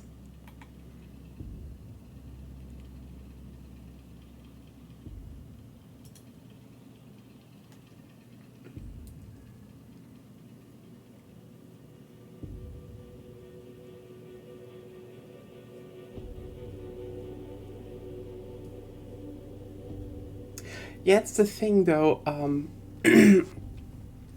know a lot of people make fun of Schmetterling, but like, just listen. Schmetterling. It's not really hard, It's more like a lot of people, who are not German, speak German very hard because they're just missing some words. What? Louds. You know how to speak it correctly. Yeah. I think one of the best examples for me is like how persistent some people are not in resist in learning. Is like, good example. Call of Duty Zombies is now over, nearly 20 years old, and since basically the first game, there have been the Wunderwaffen in the game. To this day, they have never learned how to speak it correctly, like the community, even though in trailers and stuff they all say it's the Wunderwaffen, and they're like Wunderwaffen. No. What? Wunderwaffen? No. They don't translate that. Yeah, they just speak it shittily. No, the last two letters are normally missing. Yeah, Wunderwaffen. No, Wunderwaff. Wunderwaff. Yeah, it's like Waffen. There are two Fs. They're there for a reason. Yeah, we actually use two Fs for a reason. Come on, let's just give... No, Haven is good, but like...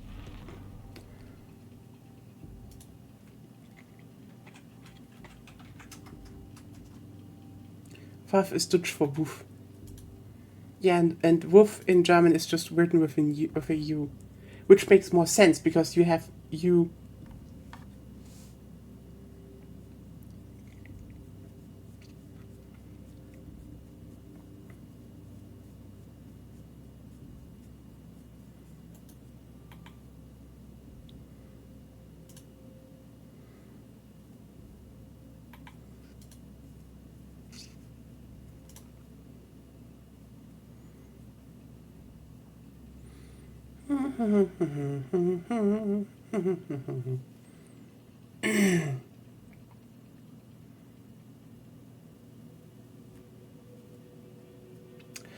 God damn it.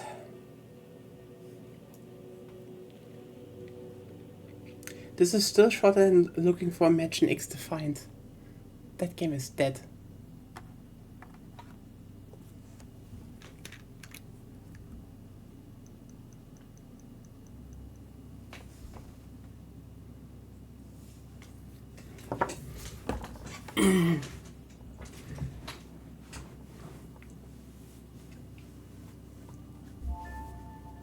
Fucking Flashpoint. Oh, you know what? Talking about that. It's apparently one hell of a shitty year for Ubisoft. Because nobody is buying the NFTs? No, ironically, no one is buying their games. I mean, why would you?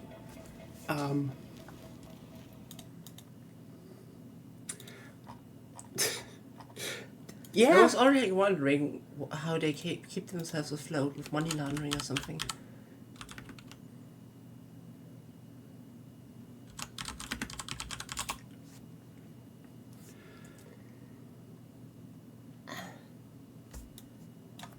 Like, in my opinion, like, especially the Ubisoft games nowadays, I've never found them appealing, to be honest. But basically, you can buy XP boosts, right? Actually, no, and the newer ones not. No. Not anymore. No, they have actually stopped with a lot of that. They are just doing it as just direct games. It could be, I mean, one of the big things that keeps them probably just a bit more safe is the simple fact that, it's actually a family company, so it's not owned by, the shareholders and shit. So they can just say, fuck off, we don't, we don't need to make money right now, but it's kind of funny it's kind of wild to, Yeah, that's I mean, okay, you know what? I think one of the big things that apparently is going now that they want to bring back more of their games natively to Steam because it's going so badly right now. It would be great, then we could play Anno. Honestly, if they patch out Ubisoft, Uplay, mandatoriness for Anno 8100, I will just buy it for you and even get some of the expansions so we can play it. Yeah. But you know what the thing is, besides Settlers, which apparently is just a pain in the ass for them because they have like a whole dev team on it, and the dev teams just don't know what to do with the series. I can imagine. Settlers was always a very specific thing, Yeah. and every attempt to try to modernize it will always be met with everyone who wants to play Settlers saying that's not Settlers. Yeah, it's like the Settlers is like you either remake 2 or 4, I'd say. But Settlers is just it's just so utterly specific. It is not even funny anymore how much. But I think the biggest problem on the other hand is that basically due to circumstances, Settlers and Anno ended up in the same hands as Ubisoft, and like the problem is Anno is actually managed really well by them. Like they have Because the concept of Anno is easy to adapt. Yeah, I mean the thing is Anno has just kept doing its city builder thing, and it's just really good. The problem just with that is You still have Settlers Rise of the Kingdom somewhere. yeah, that was a remake of 2, I think. Yeah.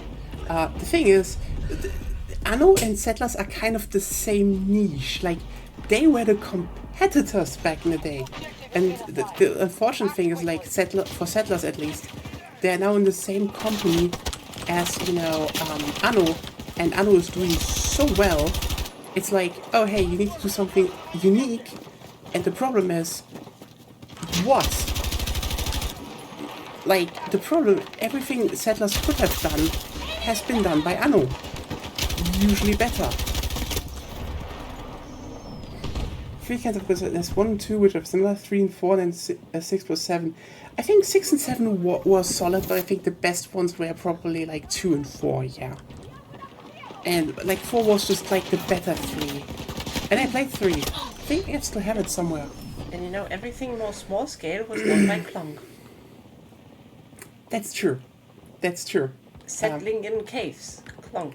Settling in volcano land full of sulfur, Clonk. Settling in the Sky Islands, Clonk. Oh yeah. I mean, I don't know. In general, I would say, yeah, the thing with Anno is that Ubisoft actually does, like...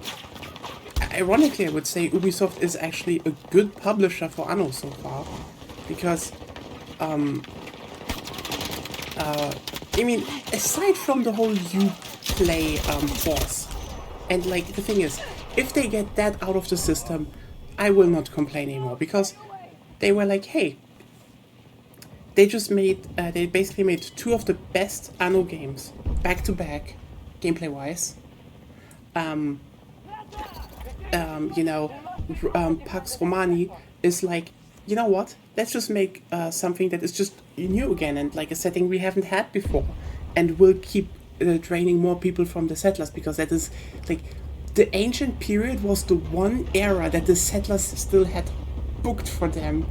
And now Anno is just doing it as well. They could do cave people. 2205 was actually pretty good in my opinion. I mean, 27 was like, it's a classic for a reason, they just did so much, but I think 2205 for, the whole, for the city building was actually like a really good game. But, Early Bronze Age. yeah, that would actually also be cool. I think one of the big things that, they also did in the meantime is that they just remastered, and like really well remastered, all Anno games up until that point. They even added multiplayer support for 15 something, I think. 1503. 1503 has no multiplayer support. That was a single player title when it came out. Yeah, which is always a crime. Yeah. And it's just like, that's good. The problem is, it's hard to Uplay, so like, again, if that's also one of those collections, if that gets removed from Uplay, Focus and is like allowed to be sold on Steam without, mandatory Uplay, I will buy that and I will stream that with you, because I want to play 1803 with you. I love that game. I really like it because I think 2205 is like really the place where you see they started doing a lot of the concepts of 1800. I think 1800 is overall, yeah, it's the better one, because they were able to, just to refine all the systems. But 2205 is actually, especially when you get to, you know, balancing your income and output, it's just really good in my opinion.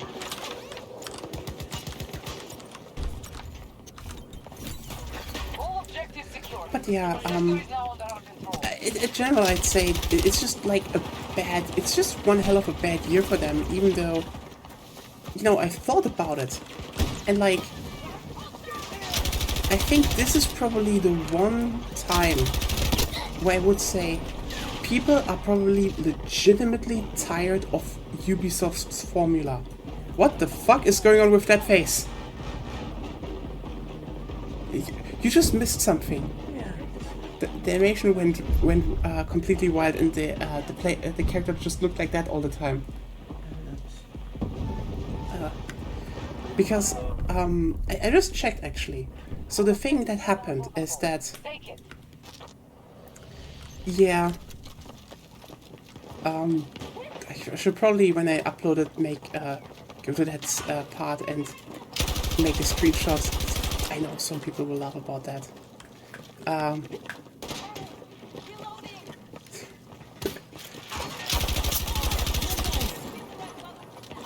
I think the big thing is like people are getting actually tired of Ubisoft games, and I mean, I didn't expect that to a degree, you know?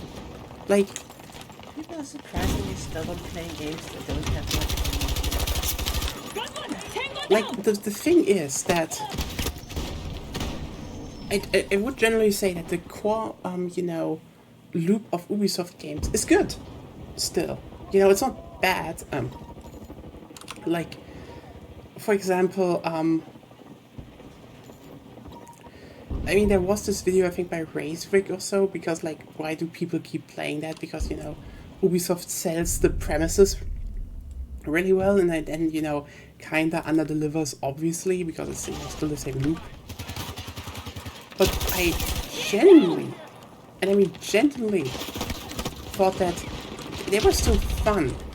And some of the premises, you know, fit the concept way better than, you know, what they sometimes do with, for example, you know, Far Cry 6, for example. Like, oh, you're doing guerrilla warfare, and then it's just Far Cry 6, you know. It's just another Far Cry. Meanwhile, some other stuff just fits way better onto the formula. And the irony for me was that, this year they first did it with, like, actually big, you know, IPs, and it backfired.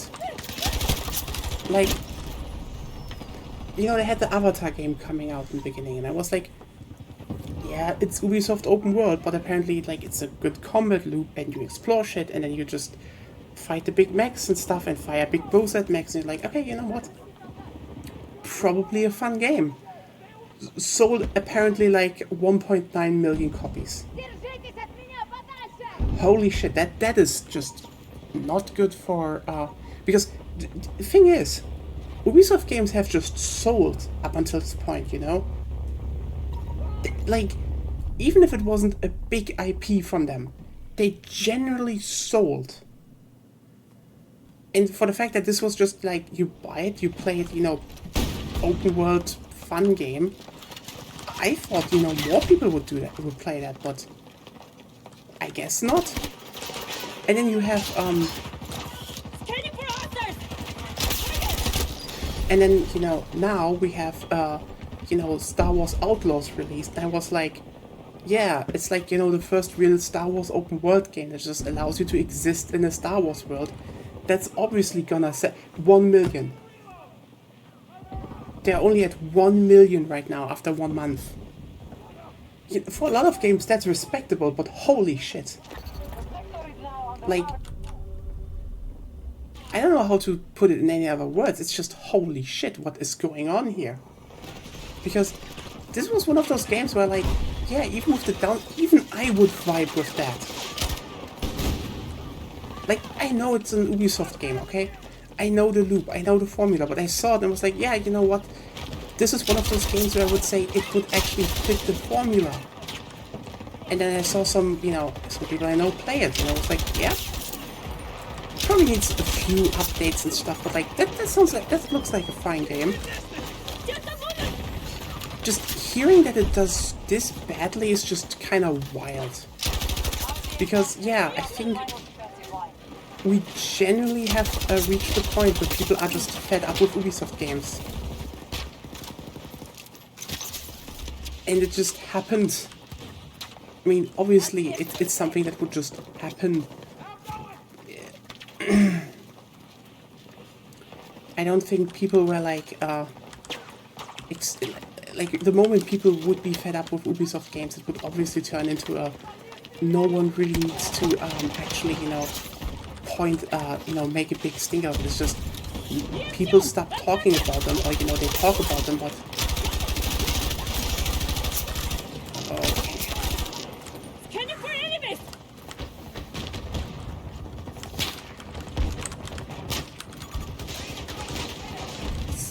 it's going pretty good. What's going on here?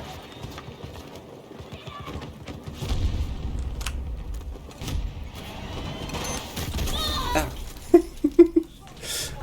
I thought like it's going a bit too well right now.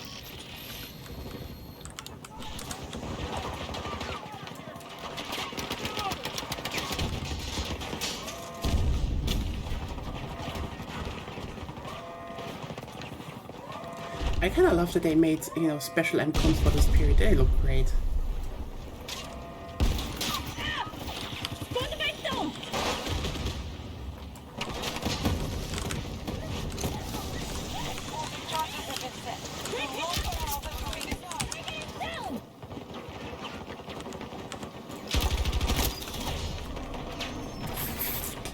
Just kill him! Kill him!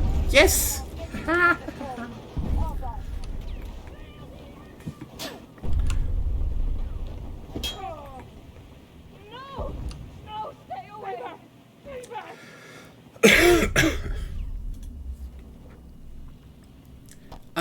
But yeah, it's generally kind of shocking to think about that. I mean, yeah, people could say, oh, maybe the video game, is like in a general bad state. But like, no, other games sold well this year. It's just, I don't think Ubisoft games are.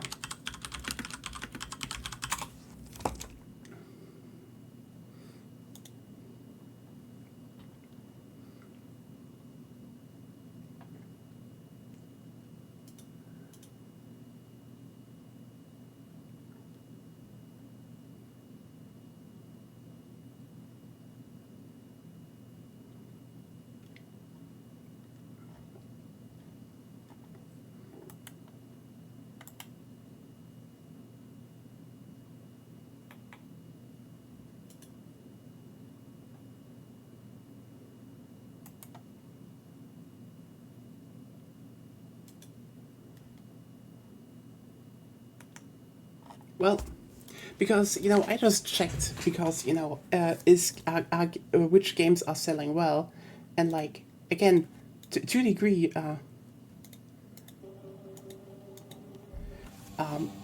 Astrobot is apparently selling really well, like topping multiple sales charts in general. I mean, it was sold out in Japan where people are like, oh, Astrobot has not that many good sales, but like the reality was. Astrobot sold out. That's why it had, not that many sales in the first week, because they shipped like a number where like, yeah, it's probably gonna sell, alright, it's sold out. So they had to actually make more discs to sell in Japan. So, but yeah, apparently Astrobot is doing really well. But then again, let's just be real here. The big takeaway why I would say Astrobot is probably going to make Sony a fuckload of money because of one factor. It was made by a 65-person team over 3 years, with tech they already had developed and didn't need to spend a lot of time on. That game was, let me just put it like this, in what we got, and I think Astrobot is a phenomenal game that does so many things right. I think it's probably the best example of if you keep teams, focused and sense in a sensible size, you will end up having games that do not cost a lot to make. So if then your game already also just sells really fucking big everywhere, whoops, you will make a lot of money. And it's sad that there isn't some secret level that's hard. Several classes of American forces have I mean, escalated technically into a there much is larger one, but conflict. yeah. We have established a Technically foothold there's we cannot secret afford levels, to but lose. there aren't that You have been hard. assigned to the central territory to supplement Most our of offense the and hardness reach enemy is headquarters. This is achieved a vital with proving ground for the like basically mandate. rhythm If we breaks. stop them here, Yeah. And I put us at a prefer significant generally advantage. levels that Do just everything you can to uproot them. I don't flow. wanna- Counting on you. They just flow. That's why still my favorite levels are the triangle ones. They were great. I don't wonder how the the whole what's it called, speedrun ones are gonna be. That's probably gonna be fun. Tracking targets. There.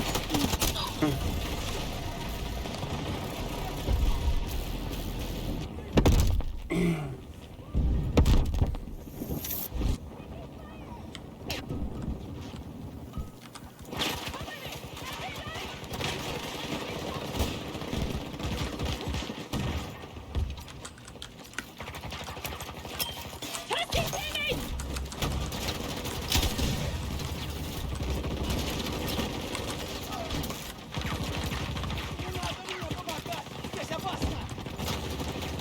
Назад!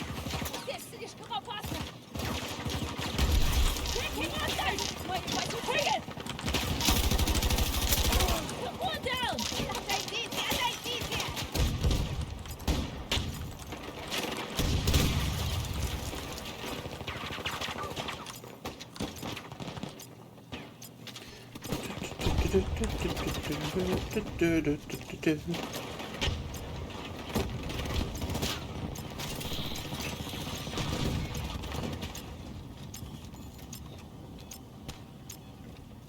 I kind of want to talk about stuff, but I don't know what. We need a topic.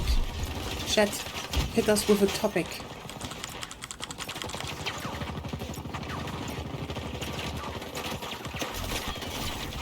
We have secured the sector.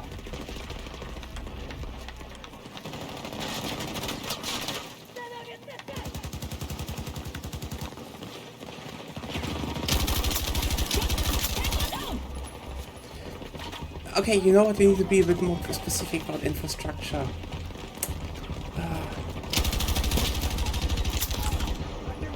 Also, but fun thing. I don't know if it's fun actually. I got kind of sucked a bit into stupid discourse on Twitter because there are some Puritan fucks going around now, and we're like, oh, everything, everyone is just doing drugs all the time, and it is so hard to be friends with people with drugs. You are not a real person. You are not. You have never been outside, and you're just lying through your fucking teeth, you fucking cop. Because here's the thing. No. Oh, what about the queer people that... Yeah, there are a lot of queer people that do drugs. There are a lot of cis people that do drugs. My fucking mom did more drugs than I ever did in my whole fucking life. Whoop-de-fucking-do. Literally, the moment weed got legalized here, she, and we talked about it, she was like, oh yeah, you want some? I still have some. What?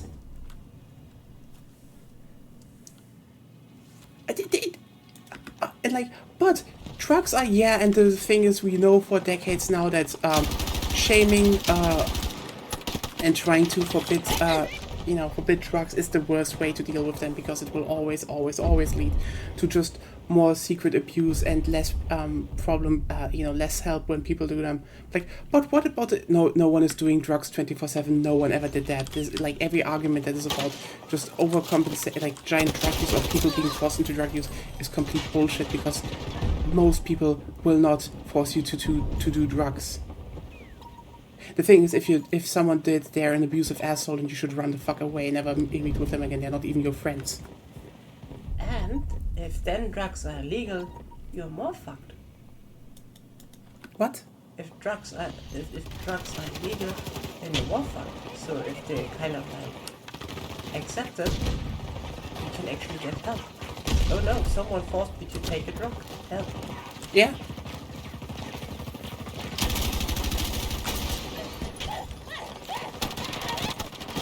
The thing is just why anyone would do that, but yeah, it's so funny because like yeah, this isn't something that happens in real life. Most people do not force you to do drugs or anything, or like, and you know what the saddest part is, the absolute saddest fucking part, because which is why I know that these people who are like going on about how bad drugs are and everything are not real, but never been in real life. Do you know how fucking rare it is that people actually take drugs? Just due to two factors. First of all, time. Most just don't have the fucking time. Like, oh yeah, you could blast yourself with cocaine on the weekend, but like, why? Like, the thing is, drugs is something you have to plan around. And the reality is, that's the second point, drugs are expensive as fuck. You need, like, even if you still want to buy weed nowadays, it's like, probably gonna get, you know, cheaper now, especially here. But, no. Also, again, the thing is, you have to decide, do you want to do drugs or do you want to do something else? And the reality is, for example, look at this here. If I, if I said to someone, hey, we're gonna play a lot of Battlefield this weekend, and I had that, like, oh no, teenagers did weed. Oh boy, let me tell you this. Yes, we all had to joke about this one person that played, while being high. The reality is most of these people do not do this once and then stop doing it, because playing video games is just more fun when you're not high. I mean, okay, some of them are not, but like, you play a multiplayer game with your friends and you hang out and you talk. Suddenly at some point you just realize the type of drug and the amount of drugs you can actually take on that evening is so little, you just don't do it. Because again, drugs are expensive, you don't do that. Like, most people do cocaine or LSD when they're like, I have a lot of time at my hand and I can actually, like, do something. Like, what can you do? And then people are like, oh, but these two girls, they made out after they did some, yes. Making out is like one of the few things you can actually do while, doing harder drugs. it depends on the drug. It depends on the, yeah, that's the thing. Making out while being on heroin. Yeah, no, heroin's just like, again, it's just, and then again, the thing is,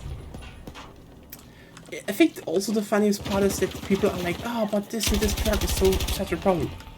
And then they're like, oh, it's just cocaine. Like, here's the thing, cocaine is not a good drug, but the thing is, you don't get people to stop using drugs when you demonize them. You know what the most effective part is against people doing drugs? The moment it's normal. The moment that is the case, no one wants to do them.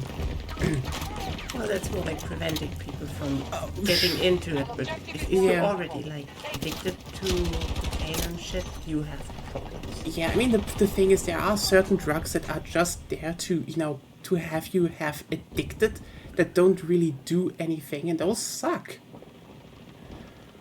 But when we talk about that, we have to talk about why the fuck is tobacco legal. Because here's the thing. THC is not addictive on a chemical level. You need to have like a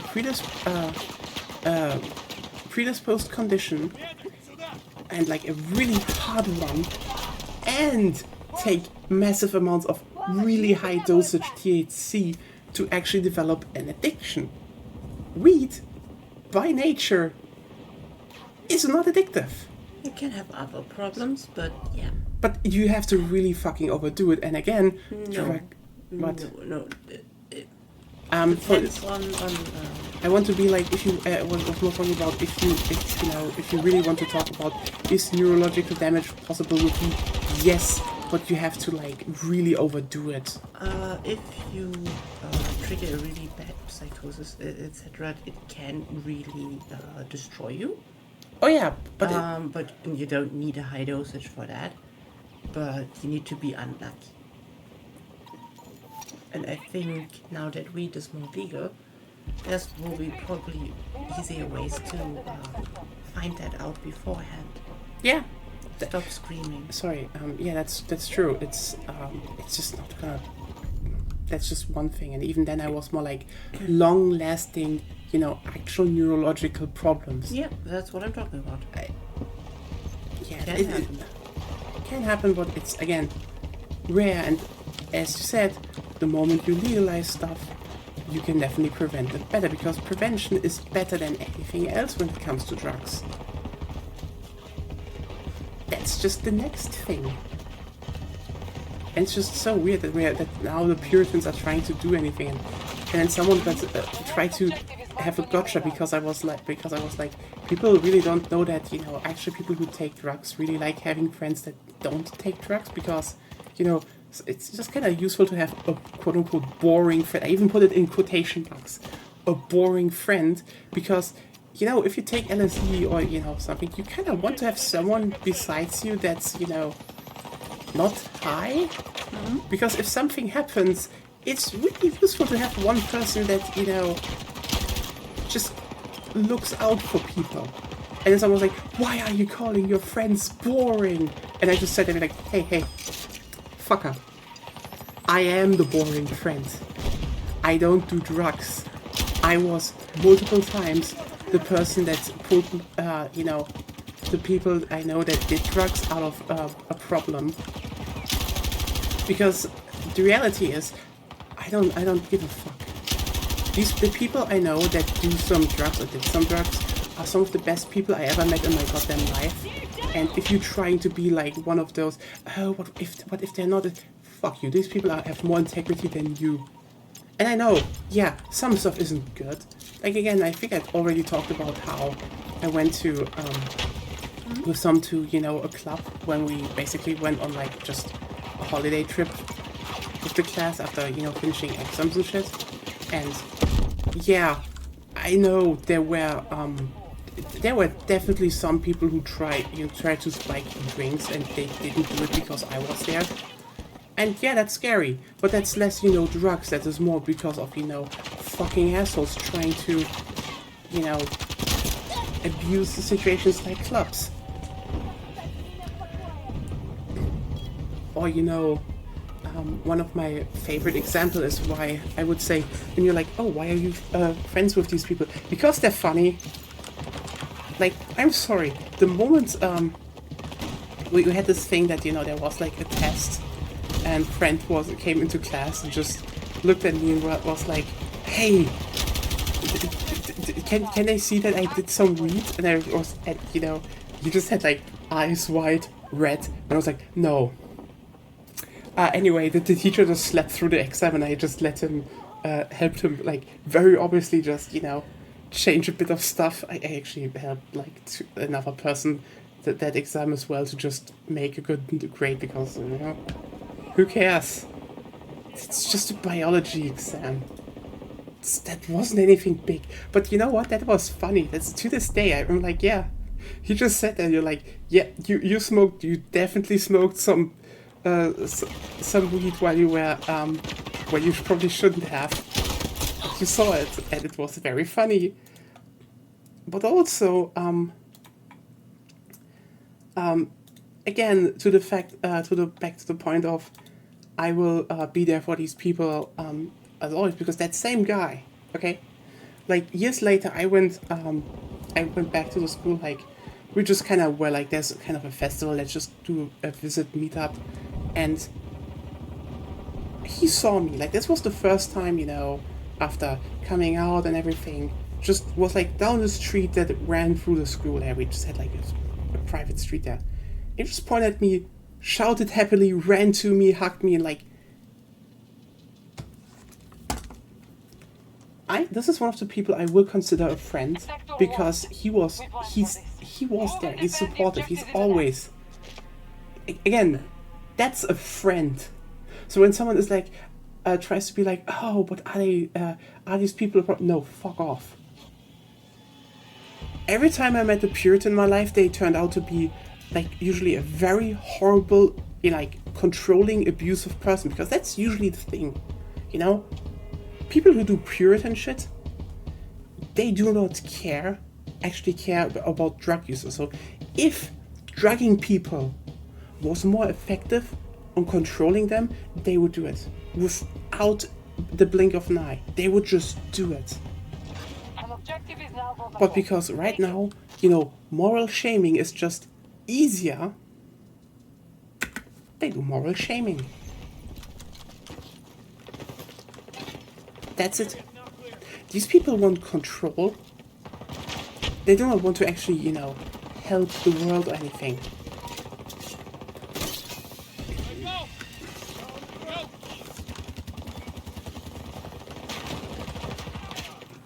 Well, that was a personal rant. Oh, it was kind of interesting at least.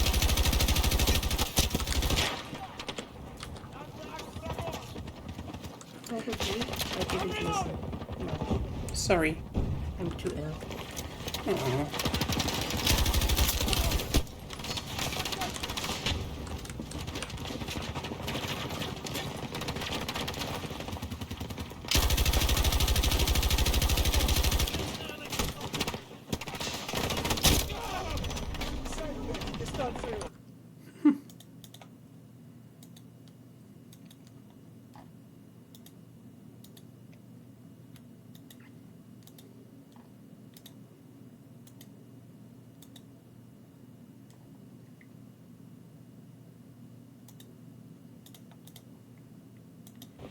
Okay.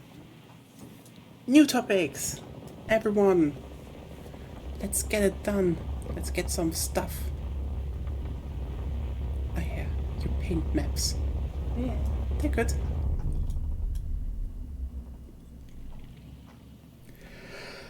Low resolution. Oh yeah, right. We had we unlocked this one. Ooh. That's good.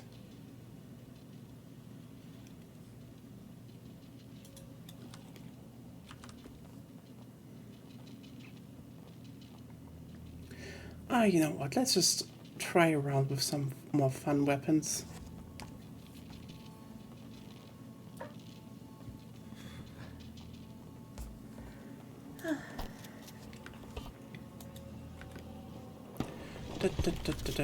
Yeah, we can definitely do a bit about The only thing I remember is that you said you were talking to weird people that said it's hard to be friends with people who do drugs or something. No, I just actually replied to I think Arno, so it was like because there's a whole discussion right now because I think two trans girls did a line of coke and kissed, and now So everyone is what? like, yeah, but now you see they are promoting drug use. Yeah, I know, very thinly veiled transphobia, homophobia, and just in general bullshit. It's like, come on. I think they don't know what they're saying. If that promotes drug use, then they can't push their anti-queer like opinions. US forces Oh yeah, taken sure. Like they can't really push those anymore because then they indirectly already said like two girls kissing that are trans is promotion, so it's good. I don't think you know. I'm just saying. Anyway, two girls kissing is good. Girls good. Yeah, I know, but like for the weird people, that's bad. Remember? So they can't say it promotes drug use. Actually, they should say it's a good campaign. No, it's more like they say that because they show just taking drugs on the internet and like, boo-hoo. How oh, would no. they even know? They never seen cocaine. I think the How would they know? I think the person uploading the video wrote that also, but Yeah, but like as the hypothetical Puritan person that never does drugs. They have never seen cocaine. They they have couldn't seen- distinguish that between baking powder and the fucking, I don't know. Ahoy Brauses. Yeah. Right up my nose. Like, how would they know if it even was cocaine? If I'm wondering what I meant with that, Ahoy Brause is like... what can you describe that? It's like a thing you put, like it's a powder you put Soda into... powder. A soda powder you put into water and then it became like fizzy soda water. Yeah. Back when I went to school, people bought it and just did it up the nose and were like, look, we're doing cocaine. Yeah. Our generation People was did that. very adult. Yeah, we had a good sense of humor. That was just... I mean, that's comparatively tame. You know? Yeah. Remember chocolate cigarettes? Those were also a thing. Never did them. No. You know what I sniffed once when I was stupid? Chili peppers. Yeah, that's stupid. Why? Oh, it was fine. That's like saying I want pain. Yeah, I'm fine with pain. Fine with pain. Also, it was worth it because I got like at least 3 other people to in turn sniff pepper. So it was worth it. Because that's way worse. Yeah, pepper is actually really bad. Yeah, chocolate cigarettes here too. Yeah, and again, remember, But it was great school. So. yeah, and I just want to remember everyone, nicotine is a thing that gives you nothing and just makes you addicted. It is completely legal. Technically, it gives you one thing. It makes you cold faster. Yeah. Also, if you're, by the way, if you're trans, stop smoking. This isn't a joke actually. Smoke, like nicotine, actually dampens the Act quickly. impact of certain medications, like hormones. So yeah, if you're smoking and you're trans, you should stop it maybe. Yeah. It's just a small thing. There's technically an argument to be made then, if you're willing with the health risk that before you start hormone therapy you should smoke, I guess. But No, it's just better don't. yeah. Better don't. Yeah, sniff pepper once, never again. Hello, Zero K. We're doing the DMR action here with the vault weapons. Oh, they actually have some more vault weapons. Yeah, they're fun. See, that's why it was worth sniffing chili pepper, because You got, seeing several people sniffing like a full load of pepper is swing. So it's worth it. Because they're done for. yeah.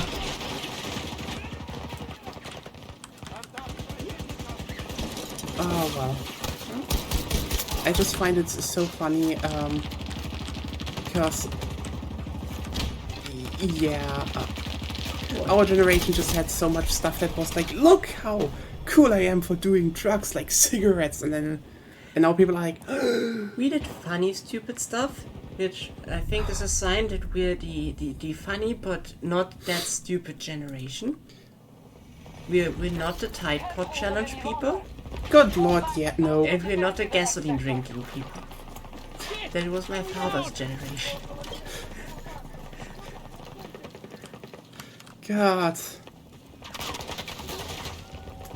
Yeah, I think every generation has their own why activity.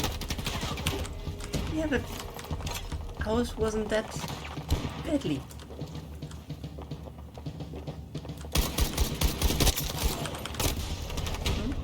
Yeah, I guess.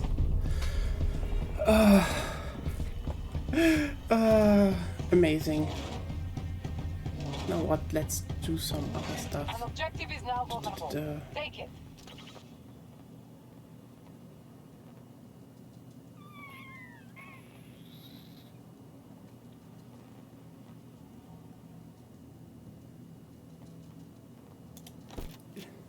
Let's use the PP. Ha ha ha.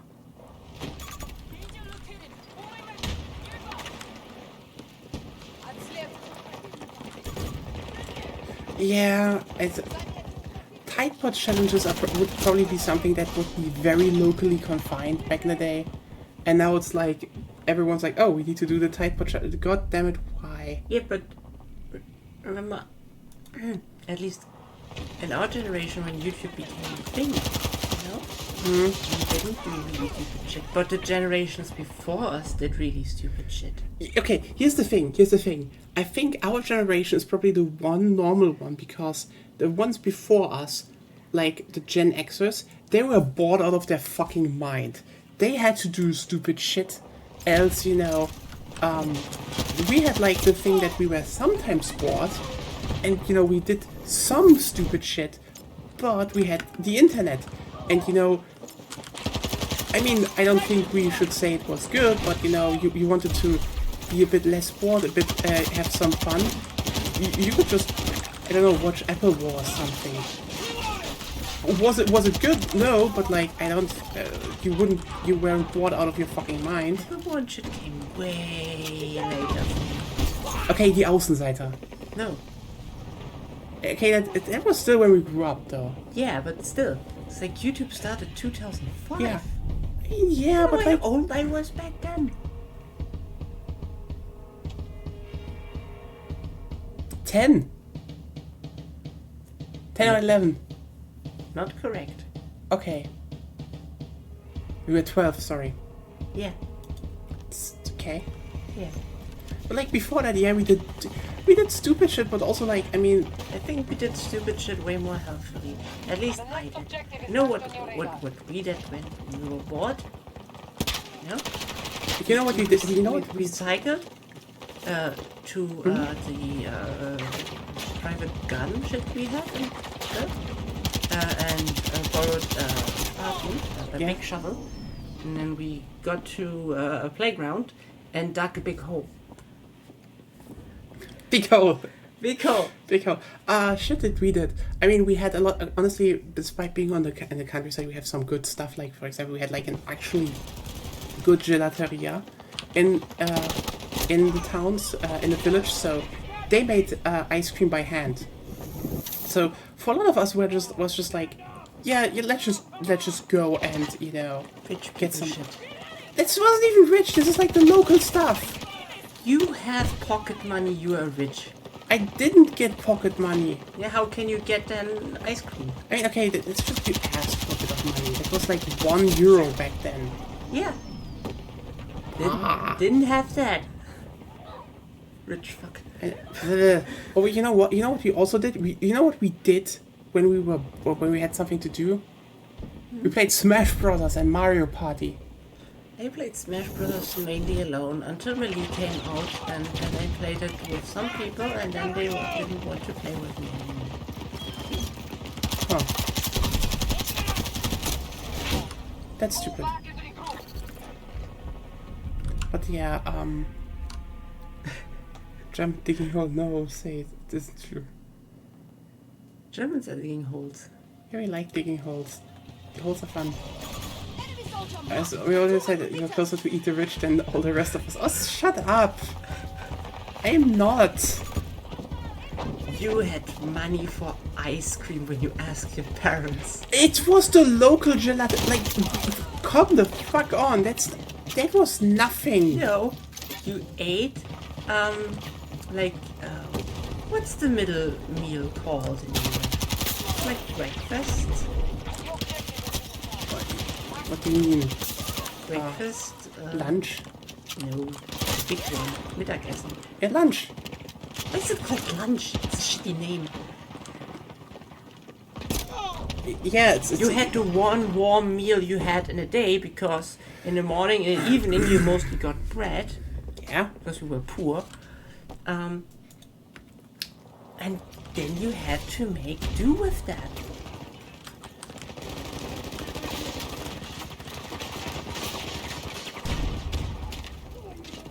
I'm not that rich. Just like... But also, you know what we also did when we were bored? We stood in someone's garden and charged up our Kamehamehas and we're like, the moment you fire, I will obliterate you because I'm stronger. And it was just like, no! Our Kamehamehas meet, we have to yell harder to win. At our local restaurant, you could buy 7 lollipops for €1 before and was never allowed to get anything there.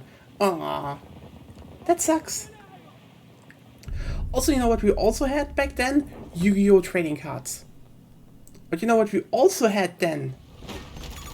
I don't think kids have watched Dragon Ball. Okay, then again, we also haven't watched Dragon Ball. We saw parts of Dragon Ball and we extrapolated the whole thing from that. Everyone who's like, oh, I watched Dragon Ball as a child, you lied. I did.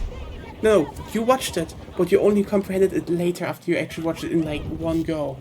No, I watched it in more or less one go. What's your fucking problem? We are stupid kids, we didn't know what that was going on TV. I did. Also. You're smart kid. Then why don't you have I'm Abitur? still getting told from my mother that I was way too smart for my age for some reason. Then why don't you have Abitur? Because I know what a Unterseedruckwelle is. Because I asked that, apparently, when I was 3 or something. Unterseedruckwelle! Yeah.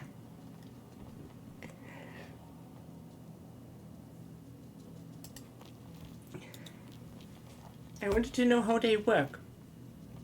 Because I knew they came with earthquakes, but I didn't know how. Are you alright? No, I'm ill. That sucks.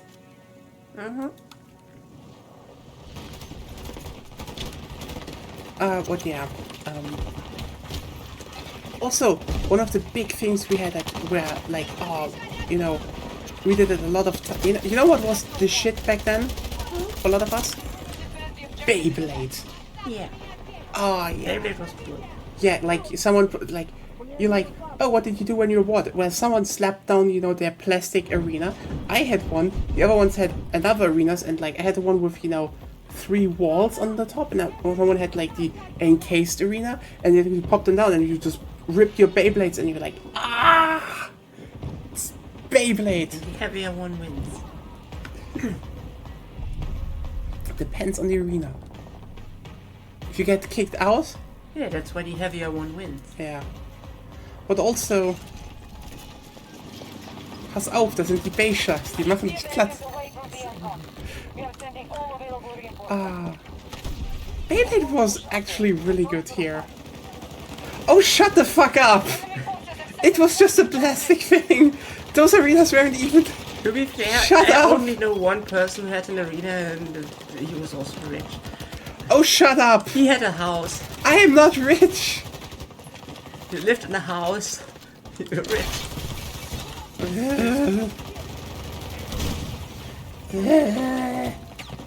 God, how did the evening where I was like, let's just play a little bit of Battlefield. Agonia's in the bed, no one's going to, and it turns into everyone is bullying me. I'm not that rich. Comparatively, you are. Oh, I've actually. Technically, your parents, but Yeah. so you grew up technically rich.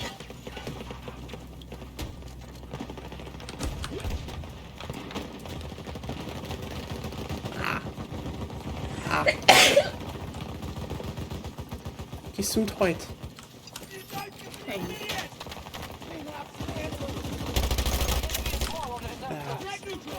I have to actually ask my.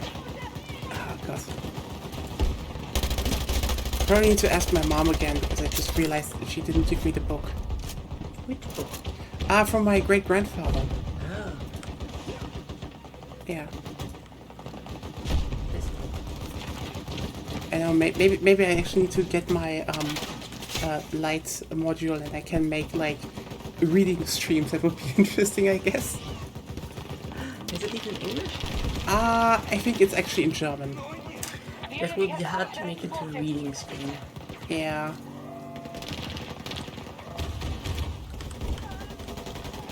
Disable the enemy's explosives. That's true. Oh, you don't need to make up for the bullying. You can just not bully me. That's important. I need that. Resisted the American assault. Push Sometimes. forward and recover. Ah!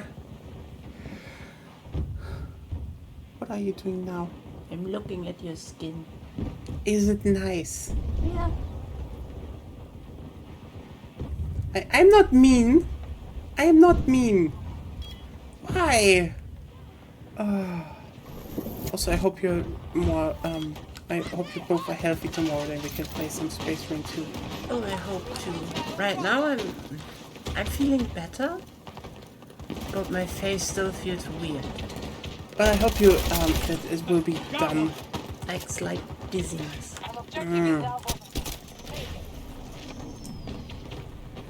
I'm not sure how, because it isn't a vertigo. I know vertigo. They're way worse. They're like kind of the most harmless but most annoying things you can have. Huh. No, but this kind of dizziness is just, it's annoying.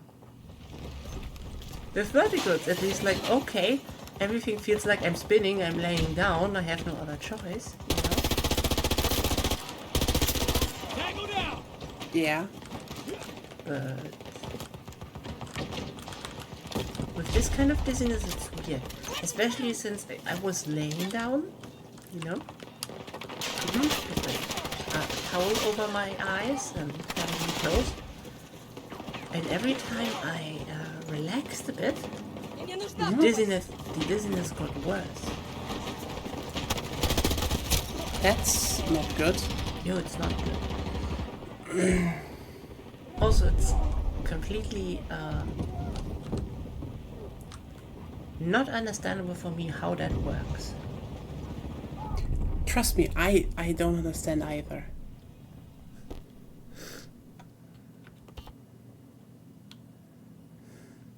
Was meeting up and playing Pokemon with the Game Boy Link. Oh yeah, that's true. Oh yeah, it was completely... Yeah, except if you were if you you know, had Pokemon Fire Red and Leaf Green, and you could do it you know, We said we were wireless. playing Pokemon, not the modern crap. Fire Red and Leaf Green isn't Pokemon- that modern. No, it's that's just the first remake of the, and you could just plug. You could Pokemon plug. was blue and red if you were shitty. Okay? That's Pokemon. When someone says Pokemon, it's the first edition and nothing else. Third generation was good, especially the We remakes. must regroup and defend the can't. next sector. What about Gold and Silver? That technically still counts, but... So I never played much Link. I have the experience that people, before they lose, just pull out the Link cable. Yeah. And I even though I was a stupid kid that didn't understand the stats of Pokemon back then, like, some things I understood, roughly. But there's one thing I figured out. That is, The enemy cannot reach our MCOs. it doesn't Top priority is preventing matter their sabotage. what my enemy does. Because I have Turtok, Blastoise, and Arctos, and Mewtwo. And you would think, yeah, but those aren't that great and they don't cover many types. But it doesn't matter. They have Ice Beam. And back then, if a Pokemon was frozen, it was just frozen until it was hit with a fire attack and you couldn't do items in battle. So, if you got something frozen, it was frozen. You're moving off the map. Turn around. That's a plan. It worked. I mean, Detective Pikachu is actually pretty good. Yeah. That was a shockingly good. That was the last movie we actually went into the cinema for. Yeah. I don't know why. I was just like, I kind of want to watch this on the big screen when it's out. And you were like, you know what? Fuck it. It's Detective Pikachu. It looks good. And then we watched it and we're like, this movie is really good. Yeah. And it was. And there were so many children who just had like the time of their life who were like, Pokemon! And you know what? Am I gonna be honest with you? Yeah, I was also sitting there in my chair and, you know, the big Chelterra was like, Chelterra! I mean, sorry, it's Big Turtle. I'm just a sucker for Big Turtle. It's Big Turtle, very cute. I want Big Turtle to be healthy.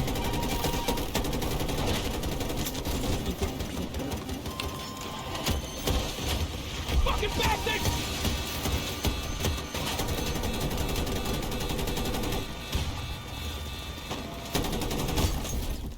That's what's missing in Pokemon. Feeding people.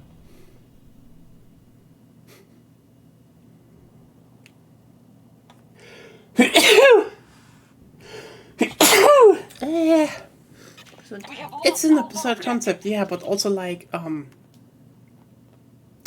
let's just be real here. Ryan Reynolds is just. Ryan Reynolds is an outstanding. Is like Continue to probably. push the enemy back. They just realize how good the guy actually is when it comes to comedy. Like he has like an actual knack on making absurd things work. Like Pokemon is just a generally linear RPG with a story about adventure and discovering Pokemon. yeah, I think the biggest problem they have recently is more like they just have to slap out the games. There is little time left. You know, at like a very high pace because it's like, oh no, this is when the next set of generations has to come out and, you know, with new trading cards and shit. And that's definitely compromising the games. Like, I think people are like, oh, they don't care and stuff. Here's the thing. If you actually play one of the recent Pokemon games, you realize they actually do care a lot when it comes to, you know, characters and parts of the world and stuff. Like, I don't think I have played one of the last, you know, later Pokemon games. It was like they didn't care because a lot of the characters are just still very endearing. You feel that they care. The problem is just, again, Pokemon is just like this gigantic fuck off franchise that's like, we need to get this and this out by then and then, and the problem is just it's not about the games have to, you know, move at the pace of the trading card game, the promotional material, etc. And not everything else moves at the pacing of the game anymore, even though the game would definitely need at least one more year in the cycle. I agree. I mean, I came back to Pokemon with Sun and Moon. Yeah. The game that people hated, basically, was the game that brought me back. Because, like, I mean, the thing is, Pokemon always became more linear. But, like, Sun and Moon was one of those games where you actually, like, had just great characters and all of that. That was never the point, but Okay. Sorry, yeah. because I couldn't know if the characters were great. Have the sector. Yeah. I just was like, And mount a defense in the next one. it's back to the original roots. You're finally 10 years old and leaving the home on an adventure with Pokemon. Yeah. You know, that's what people did before Isekai existed. The modern ones.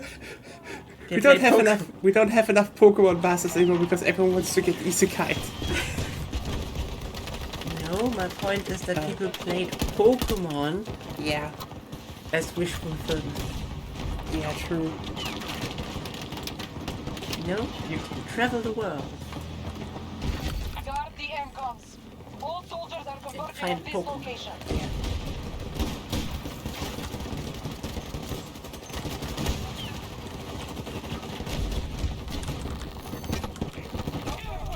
Also, Scarlet and Violet has Rika, which has, I think, now won the.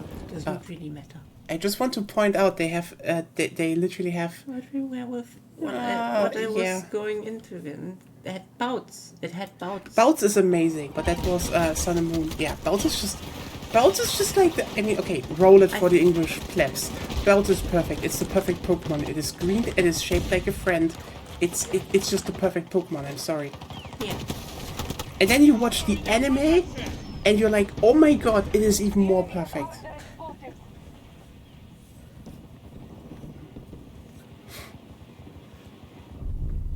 But I just want to point out that they actually have that there's this rating in Japan by Women's Magazine of like, you know, favorite you know, fictional characters they want you know, to date and go out with. Yeah. And for 2 years now, Pika has basically hogged that #1 position.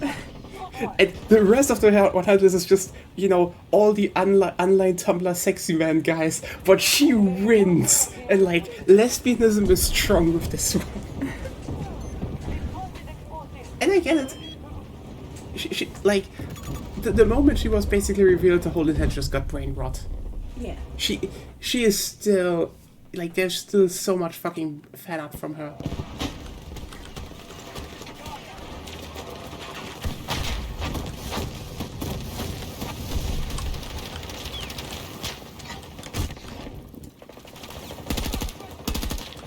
The only problem I have with Pokemon is that we always try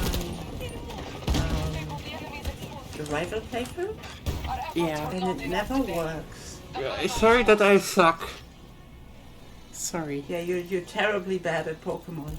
Yeah, I need to get better, I know. Oh yeah, the last generations in general had really good women. And just remember how Sword and Shield just gave everyone Scottish women brain rot. Scottish woman wasn't important though. I know, it was, honestly, the grandma is the best one in that game still. Yeah, but we have also the water arena. Yes, I know, she's Cynthia could fold me in half. Yes, I know, Cynthia is good. The water arena girl was just yeah, she's hot. Yeah. And definitely hooked up with the professors. Yes, which I cannot understand, but it's fine. Yeah, it's so funny how people.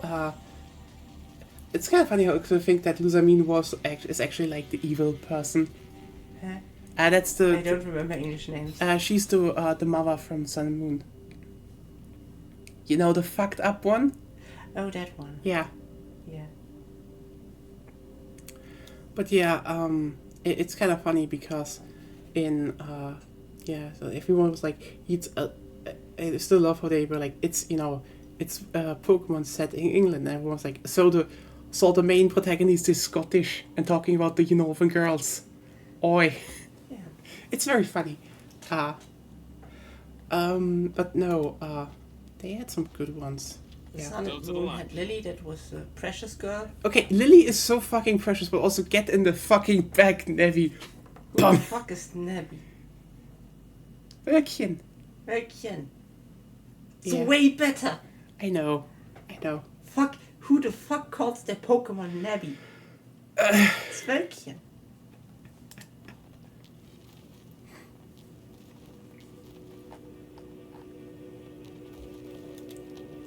It's the cutified version of Cloud. Yeah. Very cute.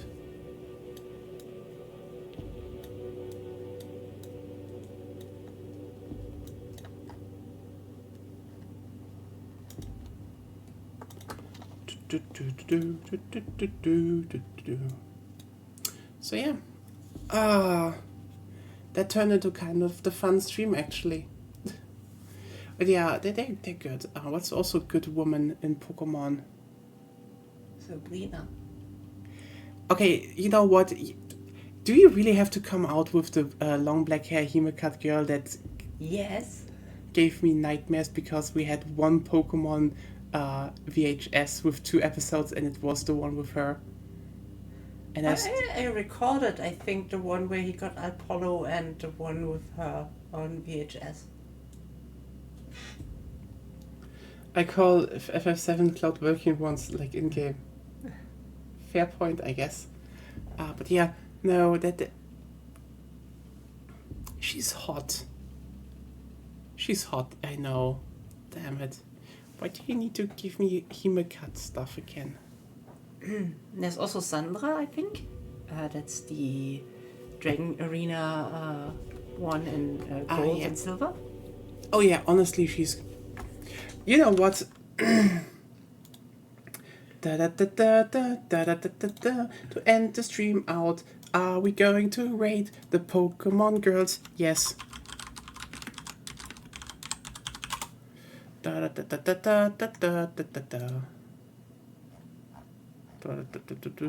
Is this one good? That one is, I think.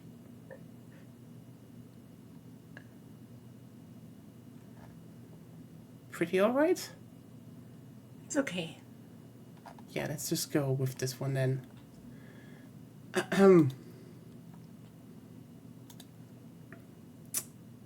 Let's rate. Oh no, that's not.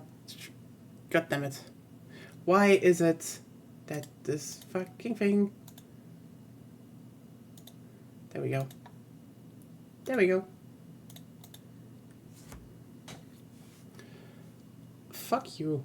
I will edit that on my own. You will forget it. Nah. Okay, let's do Misty. Nobody likes Misty. Honestly, Misty is so fucking mid. Like, I don't know. Even Erika is better, and Erika has no character. Erika has no character, but you know what? She's like the classic, you know, she has something, okay? It's not that bad. Then we have, I guess, Janine. That's not original, so no. That's in Generations 2. Yeah. So, she takes over later. I know. There she's fine. Misty was like Misty. Yes! Also, yes, I mean, yes. It's just, I mean...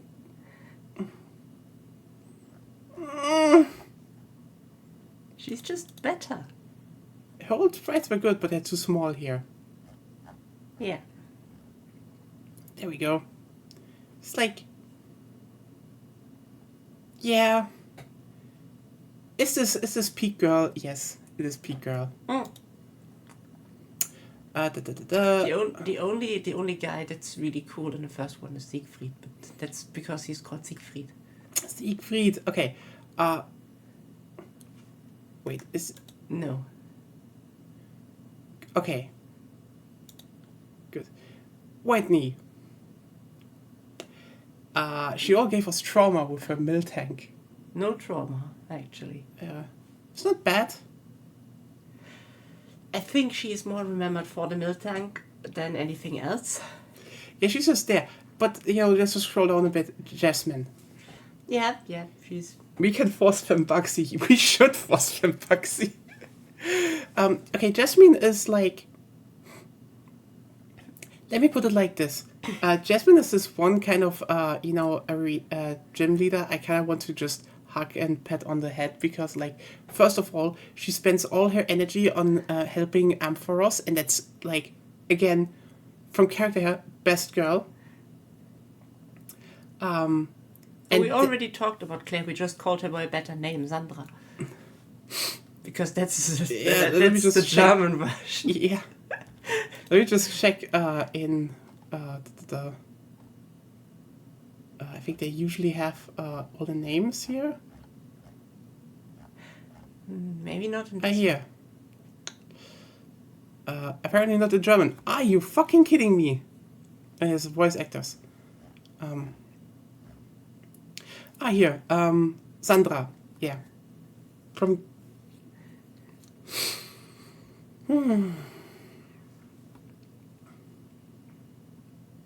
Really? It's from Claire from Lair? Because that is so stupid.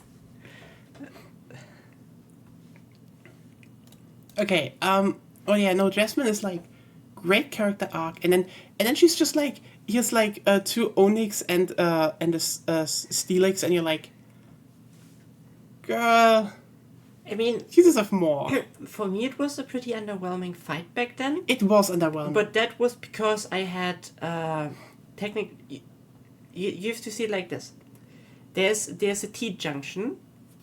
In English, it's a Kritik City. In German, it's just Teak City, because why would you make that even longer? Stop doing shit.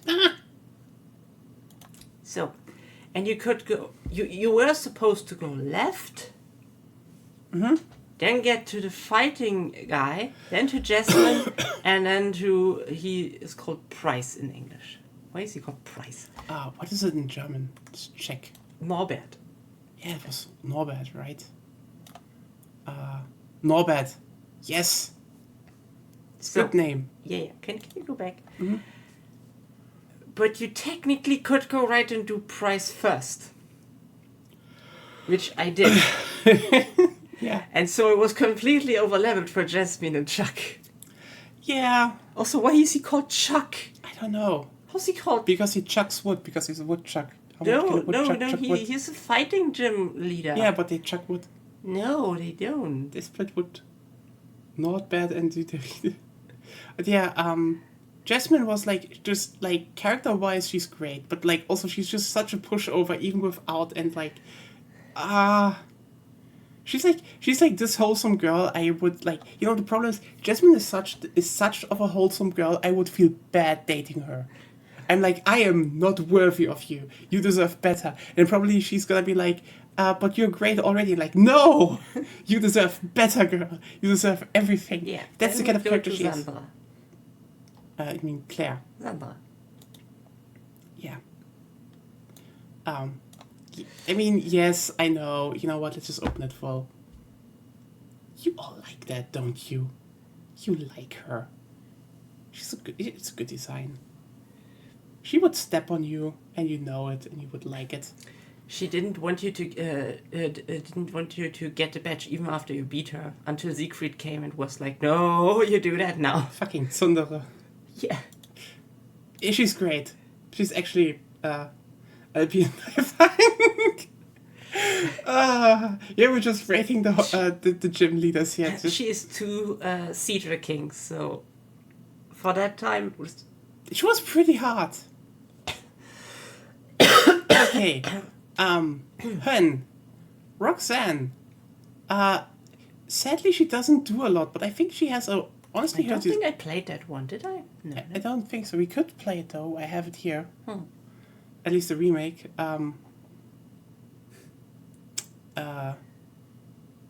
Yeah, she has a pretty good design, I think, but she's just kind of bland. Not a bad design. Like, she is cute, yeah. Then we have goals. Flannery is actually like that's a good fire gym leader, okay? And they have never reached peak again. I'm sorry. They reached.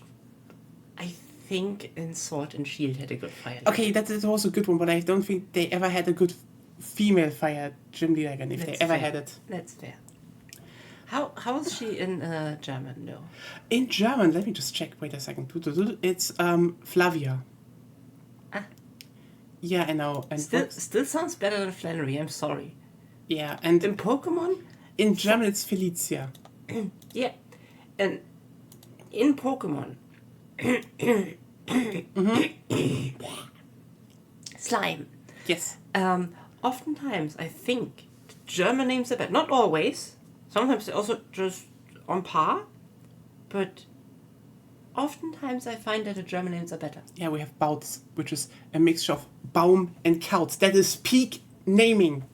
Sorry, Rowlet can never come as close. Acuna Golem-Arc. Yeah. Then we have Winona, which honestly, she has a great design. She's just not used at all. Like you walk up to her gym, you defeat her, you go away. But like for a bird, gym leader, it's a good design. Flying type, yeah. It's a good one, you know. And also in German, it's Wiebke. Yeah. Yeah. Oh.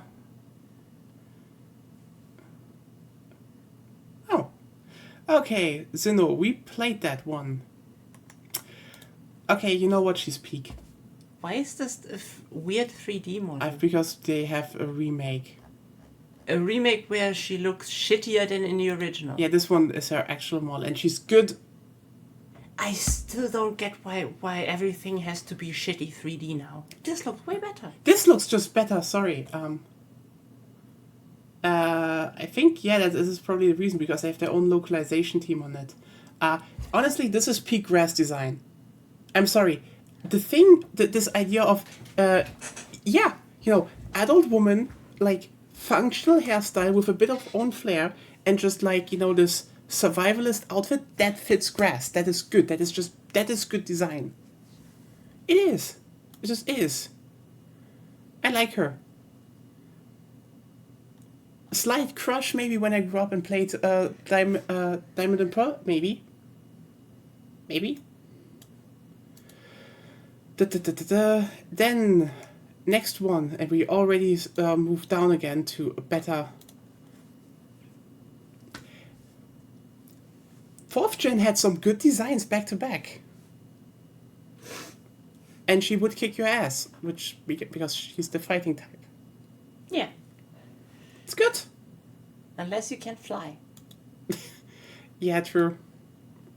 Then, we just keep going here. Cute, good design. Yeah. She's French and gives you riddles, but she also uses ghost. We like ghosts. Yes. Yes, I know. And also she, I think the funniest bit is she also is like the reigning champion of the Pokemon beauty contests. Yeah. But she has an eternal rival, which turns out to be your mom. This is like the best twist they ever did. Like, you actually win the to the higher rounds, and then like you come in, like your mom was like, oh hey, yeah, you know what? Since you're out of the house and such, I have some time again, so I just went and looked at them again. Like, oh, you want to join? Yeah, here I have something lying around. And later you come back and she's like, yeah, so your mom actually is the reigning champion. Beat your mom's ass. Honestly, I've been waiting for Pokemon game to actually have it so that your mom is the the champion, and you only learn it like when you stand in front of her, because she's like, yeah, no one has reached there, but like there are subtle hints all the way. That would be so good to do, but yeah, I don't think they have the guts to do that ever. And then if you again 4th generation, just ice. She is very cold resistant, I can tell you that. Yes. Again, not a bad design. I think 4th generation has some good designs. Just.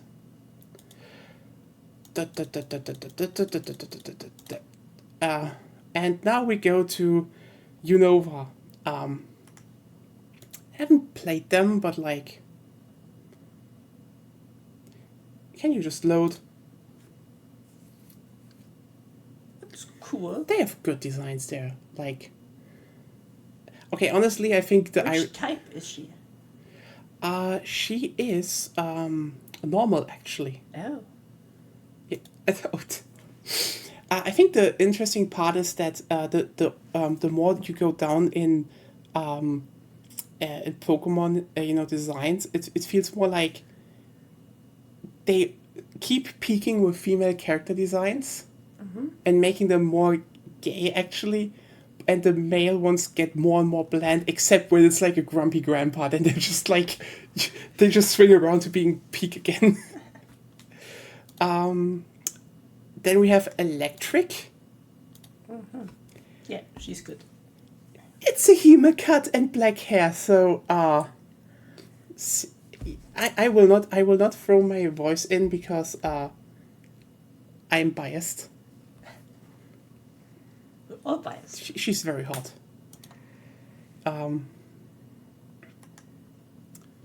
Another flying type. Yes.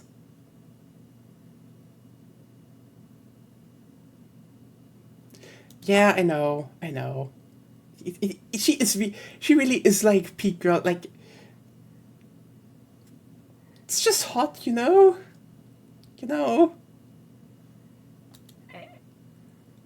But yeah, she's also like a very typical cute design of the time. Oh yeah, and into she's fun. She's kind of extra.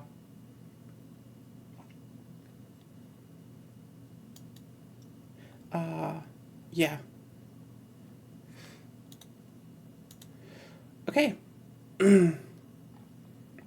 Then in 2 they exchanged some, because we have a new toxic gym leader. Hi. Honestly, I like her design. It's great. Yeah. It's just, I love that. It's kind of funny how much toxic leaders just became punk rockers over the years. It's weird, right? I mean, it kind of fits, but still. They should have... You would think it's electric. They should get, you know... The electric type leaders should get... I think, like, I don't know what you can do with a lot, with toxic, though, but, like, I generally think they need They smoke. What? They smoke. And I think the rest is, yeah, kind of the same. But has still. she a new design, though? What? Has she a new design? No. Down. You scroll down. Scroll, scroll. Scroll, scroll, scroll. Scroll. Sometimes she's blonde. Yeah. But not always. I don't know why. That's black and white too, her sprites, and this is one from... in black and white, she was blonde, and then she gets black, which is an upgrade. Yeah. There's a bunch of fun things you could do with toxic. Yeah, actually, that's true. Perfumers is good. A janitor would be very funny. Perfumers was already in, like in the first Pokemon with plant, grass. Grass, it's called. Yeah, right. Okay, Carlos. Actually, I don't think you have also played that, but like, she's Bug, but like, you know, photographer for Bug, it's actually... We don't have many bug type arena like Honestly, here's the thing. people. I think we start to get really into the territory of underused. We don't have like any of those arcs like Jasmine where I'm like, you deserve the world, girl. I just think her design is neat. But here's the problem. She's kind of that, you know, grass leader from Sinnoh 2.0. Like, it's kind of a similar hairstyle and a similar getup. It's good. It's more casual. It's good. But I can't unsee the similarities, you know. Still good.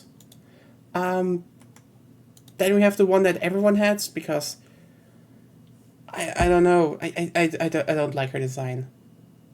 I wouldn't say it's bad. It's just really, she's a fight. She has fighting, but she has roller skates, and there's With only 2 rolls. I don't know. I just don't. I really don't like her design. I don't think it's too much. It's simultaneously too much and too little. It's somehow bland and just too much. Yeah. I don't know. It's weird. Yeah. Yeah. But then we're back to peak again, because first fairy arena type, and I am biased again. Yeah. Holy shit. Now imagine you would take that pony and make it into a Hemecut. I mean, you know, we already had 2 Hemecuts with More black hair. Hemecuts. More Hemecuts with black hair, yes.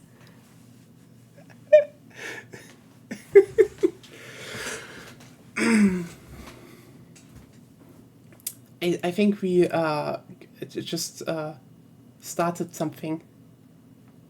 She is cute, I know. Yeah. The sleeves are The sleeves do it, which also fits because, you know, again, fairy. Yeah. It's just good. Yeah, and then we have Of course. it's kind of funny how Carlos just dips with fighting and then just gets back up. Yeah, big pupils too. You're right. Yeah, that's right, very big. It's not really pupils. She doesn't really have them. It's more. Yeah, extremely dilated. It's like, just very cute. That's very cute. Yeah. Also.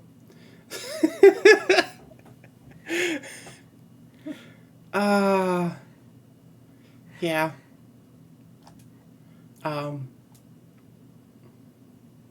Psychic. It's good. Good design. So now we get to the one we know. Wait. Oh, they don't have the other ones. Oh, fuck you. Anyway, Gala. Peak. Sorry. best water arena. Best water. Like, she's the thing Misty wants to be. I know whenever I was like, but Misty was so classic. No, Misty is just mid as fuck. Nessa is hot. Nessa is fucking hot. I'm sorry. Yeah. I mean, her, this is a bit goofy, but like, I don't care, girl. You can wear it. I also never got it. Like, I don't know. It's just, I don't get her. I just don't get it. I mean,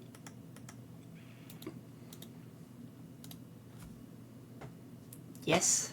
yes, I think we all know why the fan art is always there. She has visible abs. Just say. They were like, let's do another fighting gym design and just make it peak. And like, yeah, it is. Then, okay, you know what? I'm here for grandmas, but like, she's amazing as a character. She's probably the best written character in all of, because like her design is just like, yeah, you see that woman come down the aisle and you're like, that woman is about to fuck shit up and make it everyone's problem. Like, it's just a great design. Like, we don't have enough gym leaders that are like, just old grandmas that make everyone's problems. You know what the best part is? Her gym thing is you need to just answer. She's like, yeah, just answer 3 simple questions. Depending on how you do, you get bonuses during the fight. You get either buffs or she get buffs, depending on if you answer the question correct while you fight. Yeah. Also, the questions are just evil, because you start out with simple stuff. You're like, okay, and then it's like, what was the Pokemon from like the Pokemon they used like 3 Pokemons ago? What? You should not. I don't. You should talk properly if you. I think she starts doing asking stuff like, "Hey, what is my favorite color?" And this is evil because No, you wear something different. You will do that properly, and then you go there. okay, I think she asked something like, "What was the Pokemon used like 2 fights ago?" And it's like, and you're like, "What? How the fuck should I know?" But on the other hand, you could have just memorized that. Why didn't you? Why didn't you think that was relevant? It's actually kind of an easy question. Yeah. The second question is just evil, even though technically you know the answer because you have your trainer card. Yeah, that is just so funny because it is one of the few times the modern games actually use mechanics. Other people, other games, they are just underutilized, because she asks, "What is my favorite color?" And this is tricky because she constantly looks for pink. The thing is, that's not her favorite color. She just, she looks for the concept of pink in people, to find, a successor. But if you actually look at her trainer card, I think it says, yeah, she likes purple. Yes. But the thing is, she gives you her card, and you're like, and no one looks at it because, yeah, it's just a card. You're supposed to look at the fucking card. It's just great. Well, yeah, what the other source of fan art?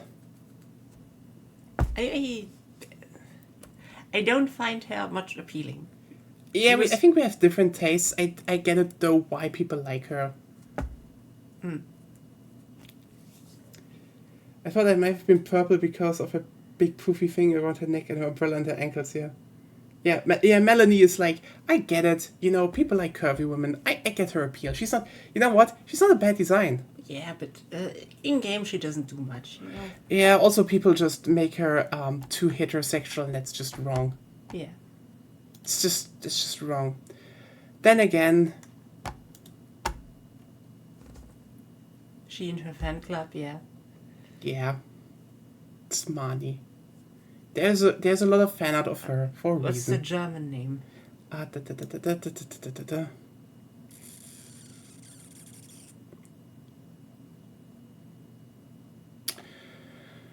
Mary. Huh. Yeah. Yeah. Okay, now we're at Palea. Once again, why do you do 3D models when you have peak artwork? I mean, they could do sprites again, honestly, and the game would sell. It's good design. It's really good design. What's she actually doing? Bug. Oh god, she's a bug. Yeah, she's a bug. She's not a bug. She's a bug gym leader. How do you know? Have you fought against her? That would be one of the biggest twists. I mean,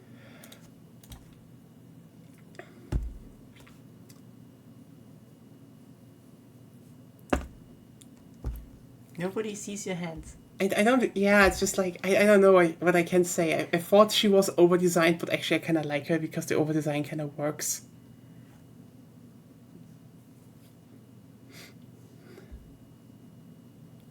I mean, the moment someone made trans, together with Rika, that was just like, yeah, neurons activated.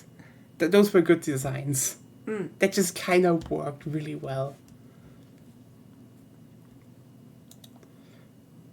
Okay, also, can we just say Larry is best girl? I'm sorry, he's just kind of like, this is probably one of the best. Again, the thing is always, yeah, that's right. She has spiky teeth. That is very good. That's very good for girl. Yeah. But like, it's so funny how, yeah, again, I say that all the male designs, just fall off, except when they're grumpy grandpas or something, and they just warp around to that peak again. He's the businessman who gives no fucks anymore. Yeah. I mean, he's basically the Kaiki of the Pokemon world, to a degree. Basically, so now, Lena, if you ever wanted to watch Monogatari, that's Kaiki. Yeah. I think. Yeah, she's We cool. have, yeah. Larry does not want to be here. He just wants to go back to the office, spend all day at staring at spreadsheets. And Nah, he doesn't want to. He just wants to be at his bar and Yeah. eat. And then it turns out he has a double job because just no one wants to do the normal gym. It's like, yeah, actually he's one of the top 4. Like, okay, what? Also, good design. I like the fan where he looks after the other as like that. He does. He's definitely that character. Also, again, good design. They're like, again, big brain with elderly women. Yeah. Just big brain. A person whose feet hurt. Definitely. But I don't think I need to say much more because I think like probably everyone watching will be like, yeah, that's a good design. It's fine. It's fine. It's so normal. It's normal, but not a bad mature design, I would say. It's not bad. Also, hashtag Force Femme Grusha. Always. Always. You know what? Let's just go through. The thing is, though, that we don't. Is it that? Yeah, I think so.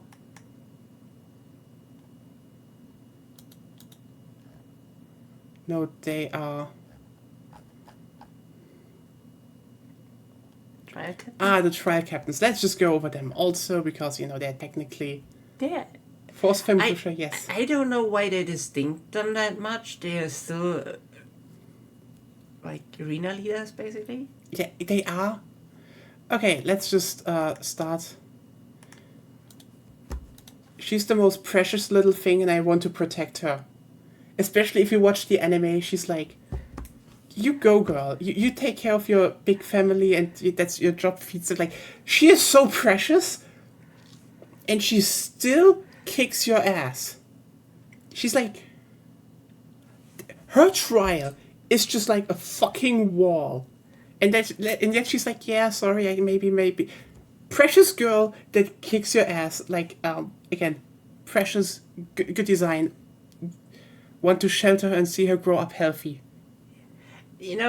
Also, if you remember, like, Bianca in second gen, that's kind of the modern Bianca from the fight. Yeah. She can make you some problems. Yeah. It's not hard, but still. Am I biased because I watched the anime? Yes. She's actually pretty cool. Yeah. Yeah, she is. She just is that. But yeah, honestly, Mallow she's cool.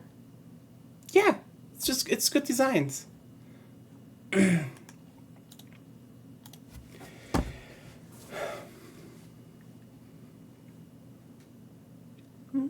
Ghost type gremlin. Yeah.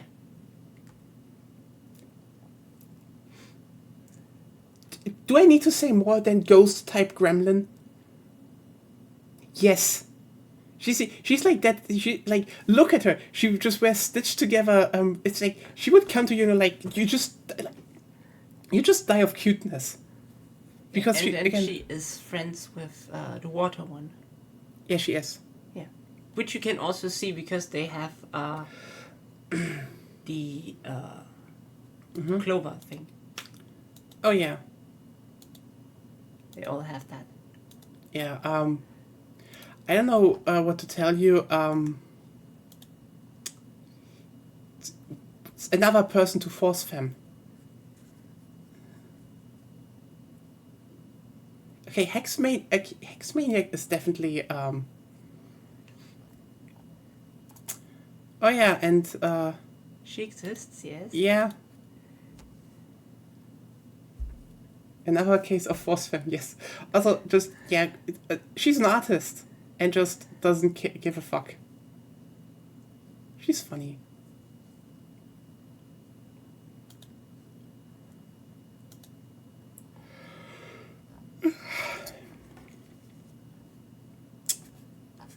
Yeah. Okay, then you know what? Let's do the obvious things. Trial captain.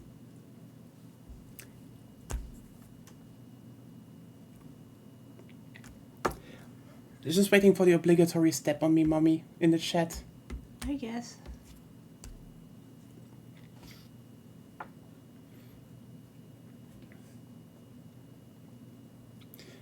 Mina is very cute, honestly.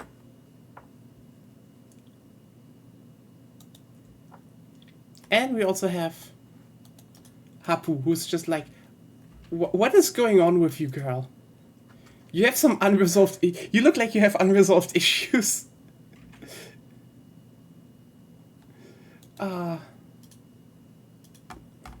Yeah.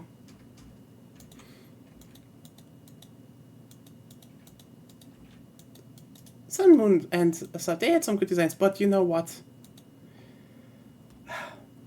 Yeah, she's very adorable.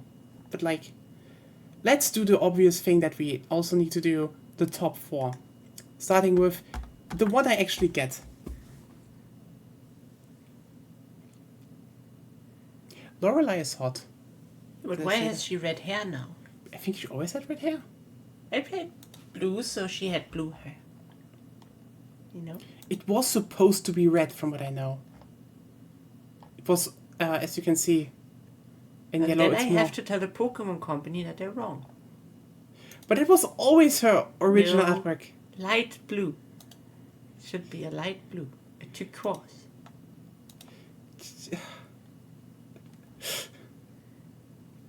Was even in the... Yeah, they did it wrong. She was always red-haired. Yeah, that's what they tell you. Ah. I like this kind of... Yeah, I know. Interesting, in French she's apparently called Olga. I guess? I guess, but yeah, no, I mean, Lorelei is just like... red hair is hot, you know?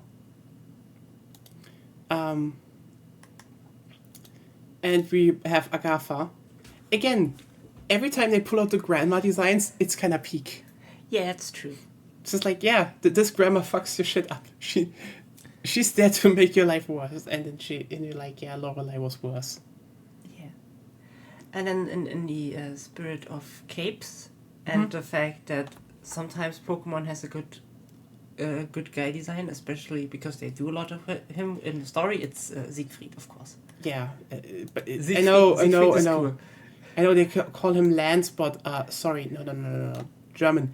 Siegfried. It's better than French. There's Peter. Why? Why is it? Oh god, you just made that.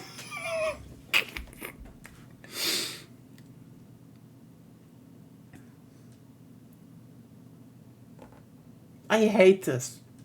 You know what? Like, oh, Wataru from cotton, or like Watatsumi, or like, oh, in English, like the lance to fight dragons. Germans are like, yeah, it's just Siegfried, obviously. It's Siegfried. And then you're like, Peter. Why is French Peter? Why is Peter, have you killed the dragon again? Yes, Loris. No. Possibly from petard, a medieval weapon. Sorry, now that I know he's called Peter in French, I'm just like, is he a Family Guy funny moment? Sorry. Oh, yeah, that's just... This is one of I mean, I get it, but... It's one of the few male characters that was actually cool, you know? And then they call him Peter. Yeah, I don't know. I guess we can say at least, I mean, he's kind of a shonen protagonist. He is, yeah. But that's still cool. Yeah, he Yeah. pulls it off. Okay. Still not as cool as on normal side job top 4 guy. Yes, but like, you know what? At least in Germany, he's called Siegfried, which is good. He's Siegfried, yeah. Like, Lance is like, sorry, we always, you know what? And he actually does something in a story in Gold and Silver with like beating up Team Rocket and stuff. Yeah, too. Yeah. And now you just keep having, keep it worse, Lena. Yeah. But I have to actually now, sorry, English, I thought you fucked up the name as the most. That goes to France. Yeah. Oh, well. Second generation. We have Karen. I think she has a different name in German. Yeah, Maybe a better name. I guess. Melanie. Yeah. Yeah, that's Because better. she's the first dark one, right? Yeah, I think dark types. Yeah. Which is really fun because you have to keep in mind that was the edition where some dark type moves were introduced. Yeah. Like Bite became dark. And I think there were 2 other moves that were dark. Mm-hmm. And you had Hunduster and Hundemon. I don't know how they're called in English. Dogmon. Dogmon. Dogmon, a big Dogmon. It was completely stupid. Houndoom. Yeah. And Umbreon, yes. Umbreon is the best. There were basically no dark type moves to attack except Bite. Yeah. I guess we got one Karen is hot, so... Yeah. Oh well. When we actually have... 2. Yes. First of all, Phoebe. I mean, it's a good design. Yeah, I guess. The flowers are too big, if you ask me. Yeah. Also... Hen.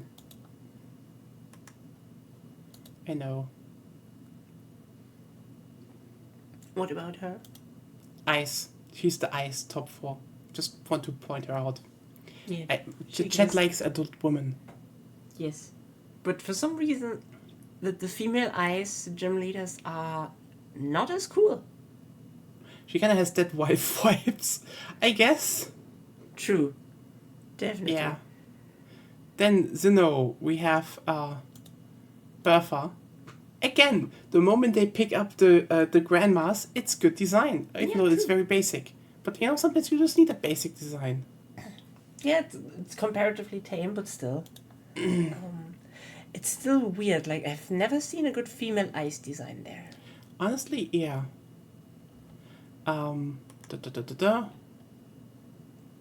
This is Unova now. Okay, that's a weird outfit. It's a weird outfit, but like kind of a good design still. There are some. Does Bertha have an auxiliary? No. She's ground. She uses ground type. Which is a good type. Yes. It fucks you up. Yeah. So we have Chantal. I mean, so Nicht Chantal. what? Ah yes, Chantal.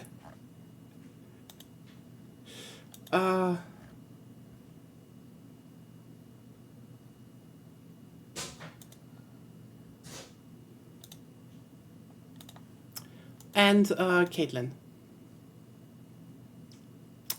Which is, yeah. It's a design. It's not a bad design, I'd say.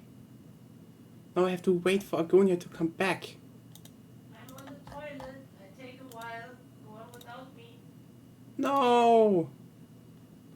I guess we do. Yeah, it's a good design. They have some good Elite Four stuff. Okay, Carlos.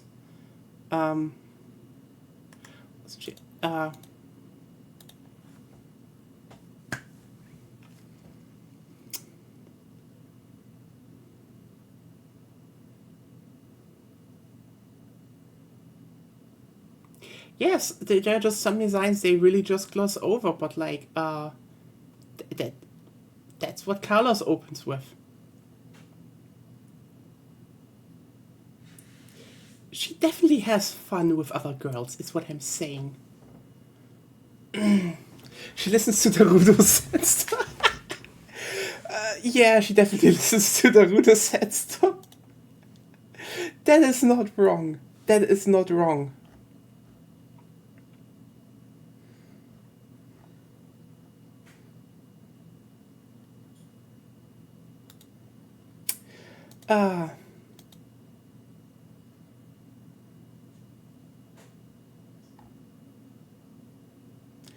Which is absolutely a water retaining structure.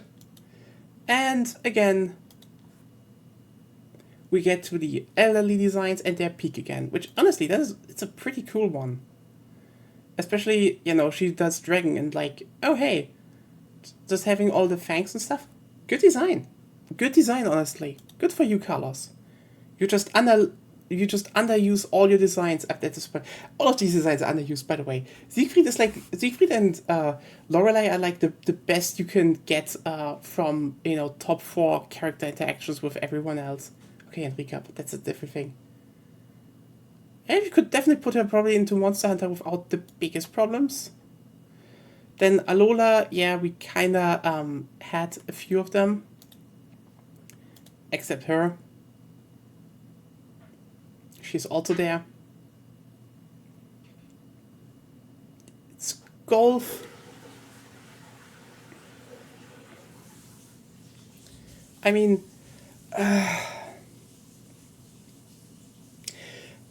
you know what? I actually had I had some time to think about like why is the flying type top 4 a golfer, until I realized golfers are doing birdies. Someone was very funny at Pokemon Company that day. Oh?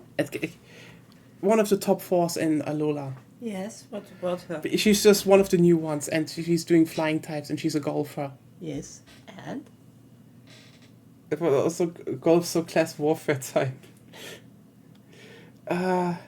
Ironically, a lot of Gesundheit. Uncle. A lot of people do golf, but yeah, golf is like. And we get to Paldea, which is like, I mean, give it up for peak. Yeah, she's undefeated. She's undefeated. It's just, sorry, there's nothing about this design I would say is not perfect. It's just, you should stop sniffing Pepper. No. But no, she's perfect. I think I took too much nose spray over the course of the last days. Yeah. I have some side effects. Actually. Why? Because I have some dizziness and some... That's not that good. So we should tune it down? Yeah. You shouldn't take it longer than 7 days anyway, so... Yeah, I mean, I'm also taking it not a lot. It's just like, I don't know if I take it for 7 days, but we also take a lower dosage anyway. But yeah, she's peak. I mean, sorry, red eyes, long, like the casually just, but very long green hair, slender figure, the boots, just... And even her tie is just weird, but like, girl, you pull it off. She is such a lesbian, yes. Also, yeah, for some reason, that girl is just running around at the Pokemon League. What is going on in Paldea? What are you? Why? I don't know. I don't like her design actually. Also, what's with those feet? Are they working? I don't know. Look at the shoes. I know, they're just so small. And how old is she again? 9. Yeah, what? She's a 9-year-old baby. Yeah, you can eat her with all. But apparently she's in the top 4, which is like that should be a damning thing for Paldea actually. Yes. Those are her hooves. It's just, yeah, I don't know. It's just, I don't know. Poppy is just weird. Like, I don't have a, like, I usually don't have a problem, like, with, children designs. It's just, I just don't like her design. She's just, no. I don't like her. Yeah, it's... I don't have that much of a problem with, like, the child prodigy archetype. Yeah. But let's be honest, all trainers in Pokemon are kind of shit. Yeah, we'll drop you into the stratosphere. Yeah. Like, do you know how I beat the top 4 here? Why? How? Do you remember how? How? I took the one new dragon they had. Mm. You remember that one? Yeah. That the ice one. Yeah. Yeah, and you just destroyed her. I did it with the whole thing. It was just like, take that Pokemon, use its special buff move, and then do the super special attack move. As many Pokemons as she had. And it's all one-shots. Yeah. I mean, honestly, if they ever would let me do a Pokemon game, I would make like a whole quote-unquote endgame arc about, the big Pokemon, actually in-lore World Championship where they invite all the gym leaders and such and just over, like 90% of them will just get wiped out in the first rounds. Just be like, most gym leaders suck. Yeah. If Mommy would say it could be a little less cute. Yeah, it's just, her design sucks. Sorry.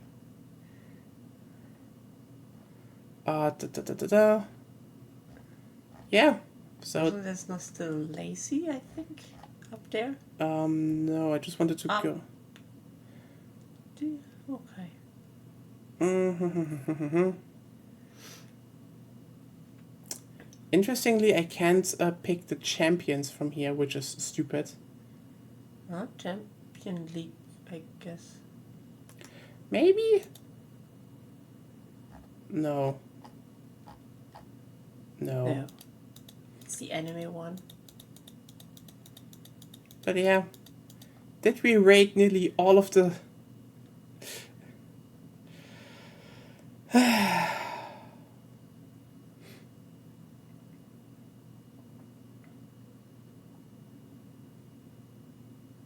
I guess.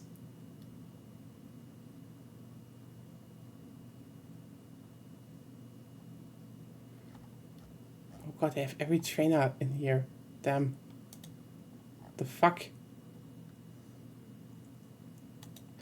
Well, that was rating all the the Pokemon League champion. Yeah, at least we don't have that many. Oh yeah, right. Iris actually goes up to being the champion in the in Black and White 2, which is like, oh yeah, we then have Carlos, which is. Which type is she? She's the champion. I don't think champions have. Oh yeah, right, champions don't have types. Yeah, I forgot that we had champions. Which I think she's a good design, but like nothing to be like. She's French. Okay, you know what? We talked about Peak. Let's talk about the other Peak. We are here with Peak.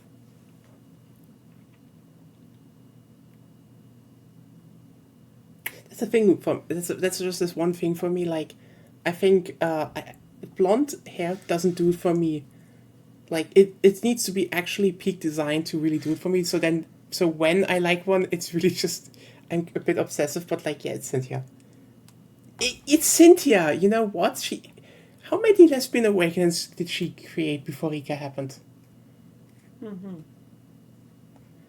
The thing is, no one has ever drawn Cynthia and Rika kissing because it would be too powerful.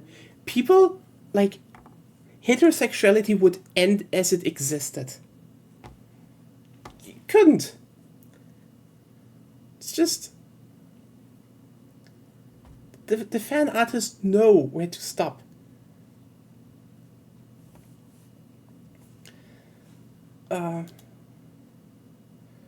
Then, I mean, okay, yeah, we have, in Paldea, we have Nemona, who just casually does the whole league again, which is just like,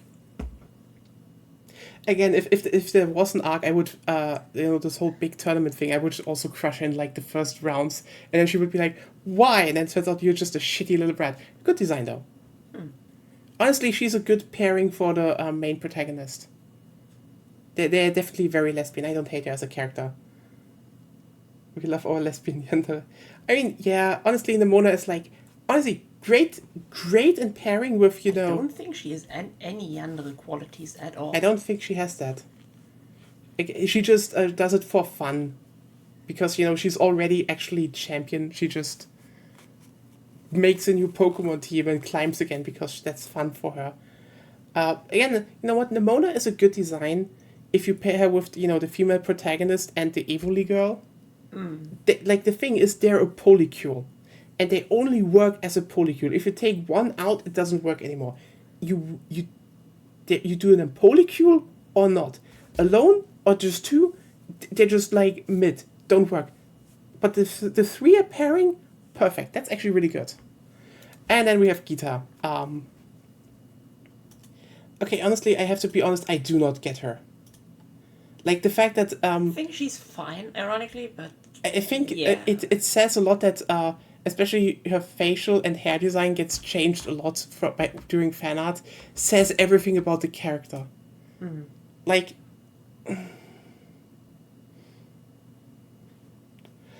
started project as a bit of a stalk over time and that gradually morphed into Yandere. How did that happen? How did the fuck did that happen? I kind of glad I wrote my fan art before anything of that happened. My fan fiction. Yeah.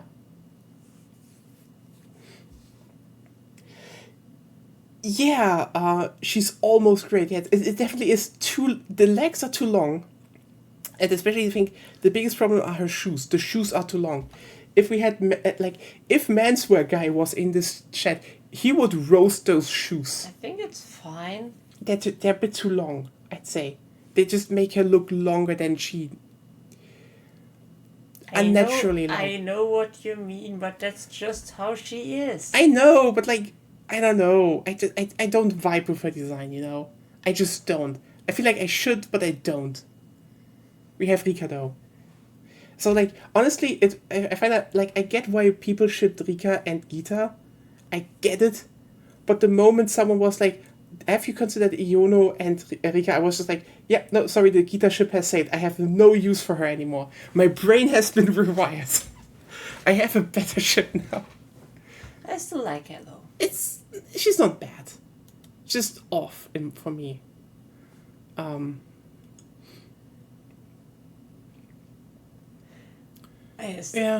Still one of the funniest things ever. Lance, the dragon type champion and whatever, especially in first gen when there weren't any dragon types moves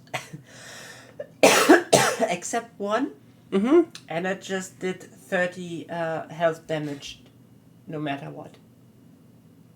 Yeah. That was fun. Honestly, I kind of would find it funny if they actually did it more because I know some of the champs, for example, Landslayer just keeps being the dragon top 4 guy. Yeah. But he's a champ now. I'm like, what would have been funny if, and also Wallace and Steven are just why is, okay, honestly, I like the guy. He has actually drip. It's just funny that he keeps using steel. I mean, steel is a good type. I think the champs should be various, and so it would be funny if you so to say rank up from being a gym leader or top 4 to being the champ, and you should maybe stop doing your whole one element shtick, which would Yeah. be fun actually. Like especially if you do something like Black and White 2, you're like, oh hey, I remember you from the Dragon Arena. And then you're just like, oh, you have actually a whole team now. Oh god, oh fuck, oh no. That would be fun, you know. Yeah. Also, can we just talk about how basically everyone is various, but then we have like 2 dragon, 2 steel, and 1 water? What is going on there? Who knows? Yeah, I guess we have everything now. Anything else in Pokemon we should rate in No. terms of girls? It's nearly 1. Yeah, so you're right. Cynthia. Cynthia's good. Cynthia's good. I don't get her earrings or whatever those things are. I don't think that I think are there earrings? I don't think. At least from this drawing, it looks like they're supposed to be earrings. Yeah, I know Hex Maniac. That's But more like hair clamps or something. I don't know. Who the fuck is Hex Maniac? it's let me just do it like it's one it's a Pokemon trainer you run into. Oh, that one. Yes, and everyone likes her because I think she in X and Y she sold milk, which was just so out of blue. But everyone is like, she's just like kind of a psychotic gremlin, and everyone like protect her. Like yeah.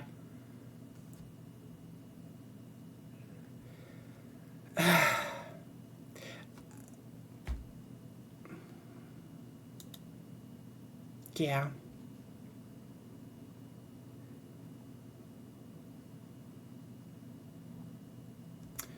I mean, I don't know. Let's just check those. While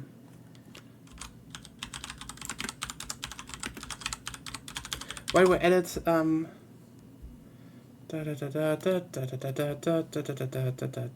help.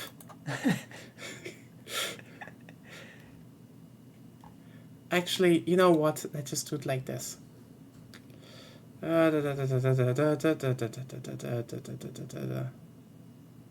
Okay, you know what? It's just fuck it. We're here anyway.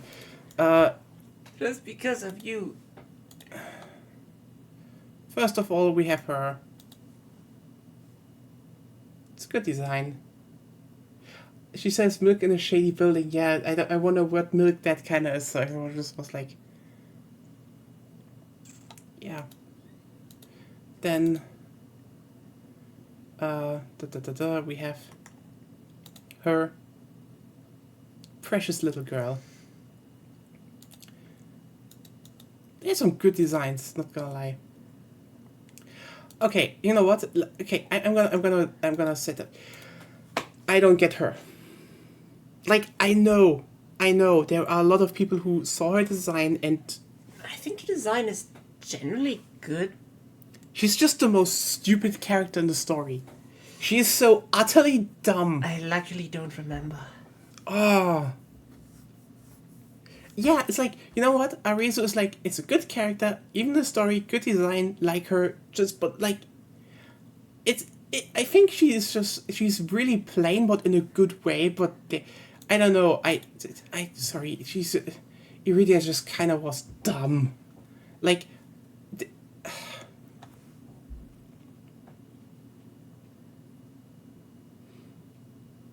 you know what? She kind of beefs with, she can be a little brain dead as a treat. I mean, She isn't a little brain dead, apparently. she's not really a little brain dead in my opinion. Like, the thing is, stuff happens and like, I think the Diamond Clan leader is like, yeah, you know what? Maybe we should look into it a little bit. No, but ancient rituals and rites. And you're like, oh god, shut the fuck up. Oh. I think she came around, but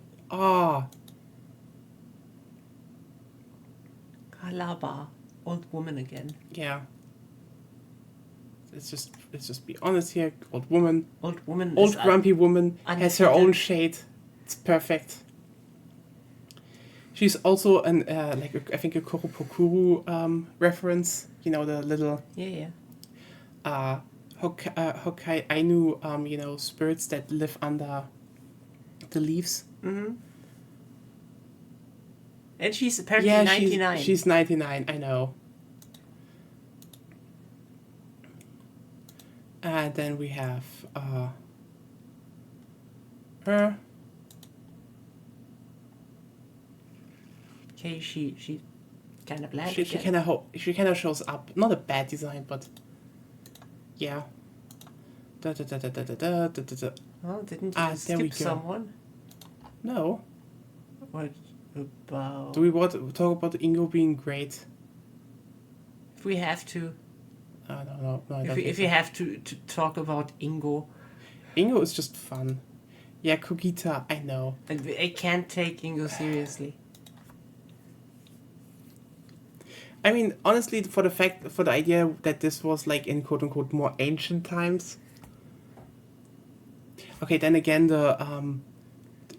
I don't know when the time period was supposed to be because like Doesn't really matter. yeah, it's a Right, great no. design. I know everyone like her. Kogita, she's amazing. I know, Yeah. and I guess That's about it. that's all. That's basically about it. Oh yeah, right. We forgot one.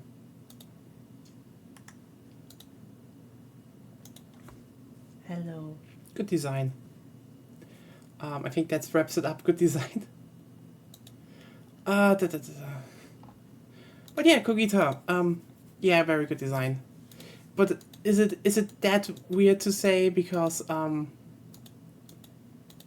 like we're talking about Cynthia? It's basically the Cynthia ancestry. So like, you know. Very fantastic. Akari also. Yeah. So there we go. There we go. We have to go. It is already too late. But yeah, that's just a lot of Pokemon rating. Cynthia is great. Rika is perfect. Kukita. Anyway, yeah, everyone. Thanks for being here. Thanks for tuning in. Thanks for just staying with this absolute bullshit that we did. And hopefully Battlefield was also fun to watch. Have a wonderful rest of the week ahead of you. Again, I will notify tomorrow if Space Marine 2 will happen. That really depends on how well Agonia feels. I tried to sweat everything out until then. You do that, I warn you. Think of hot girls. Yeah, have a wonderful night ahead of you. And see you then. Bye. Bye.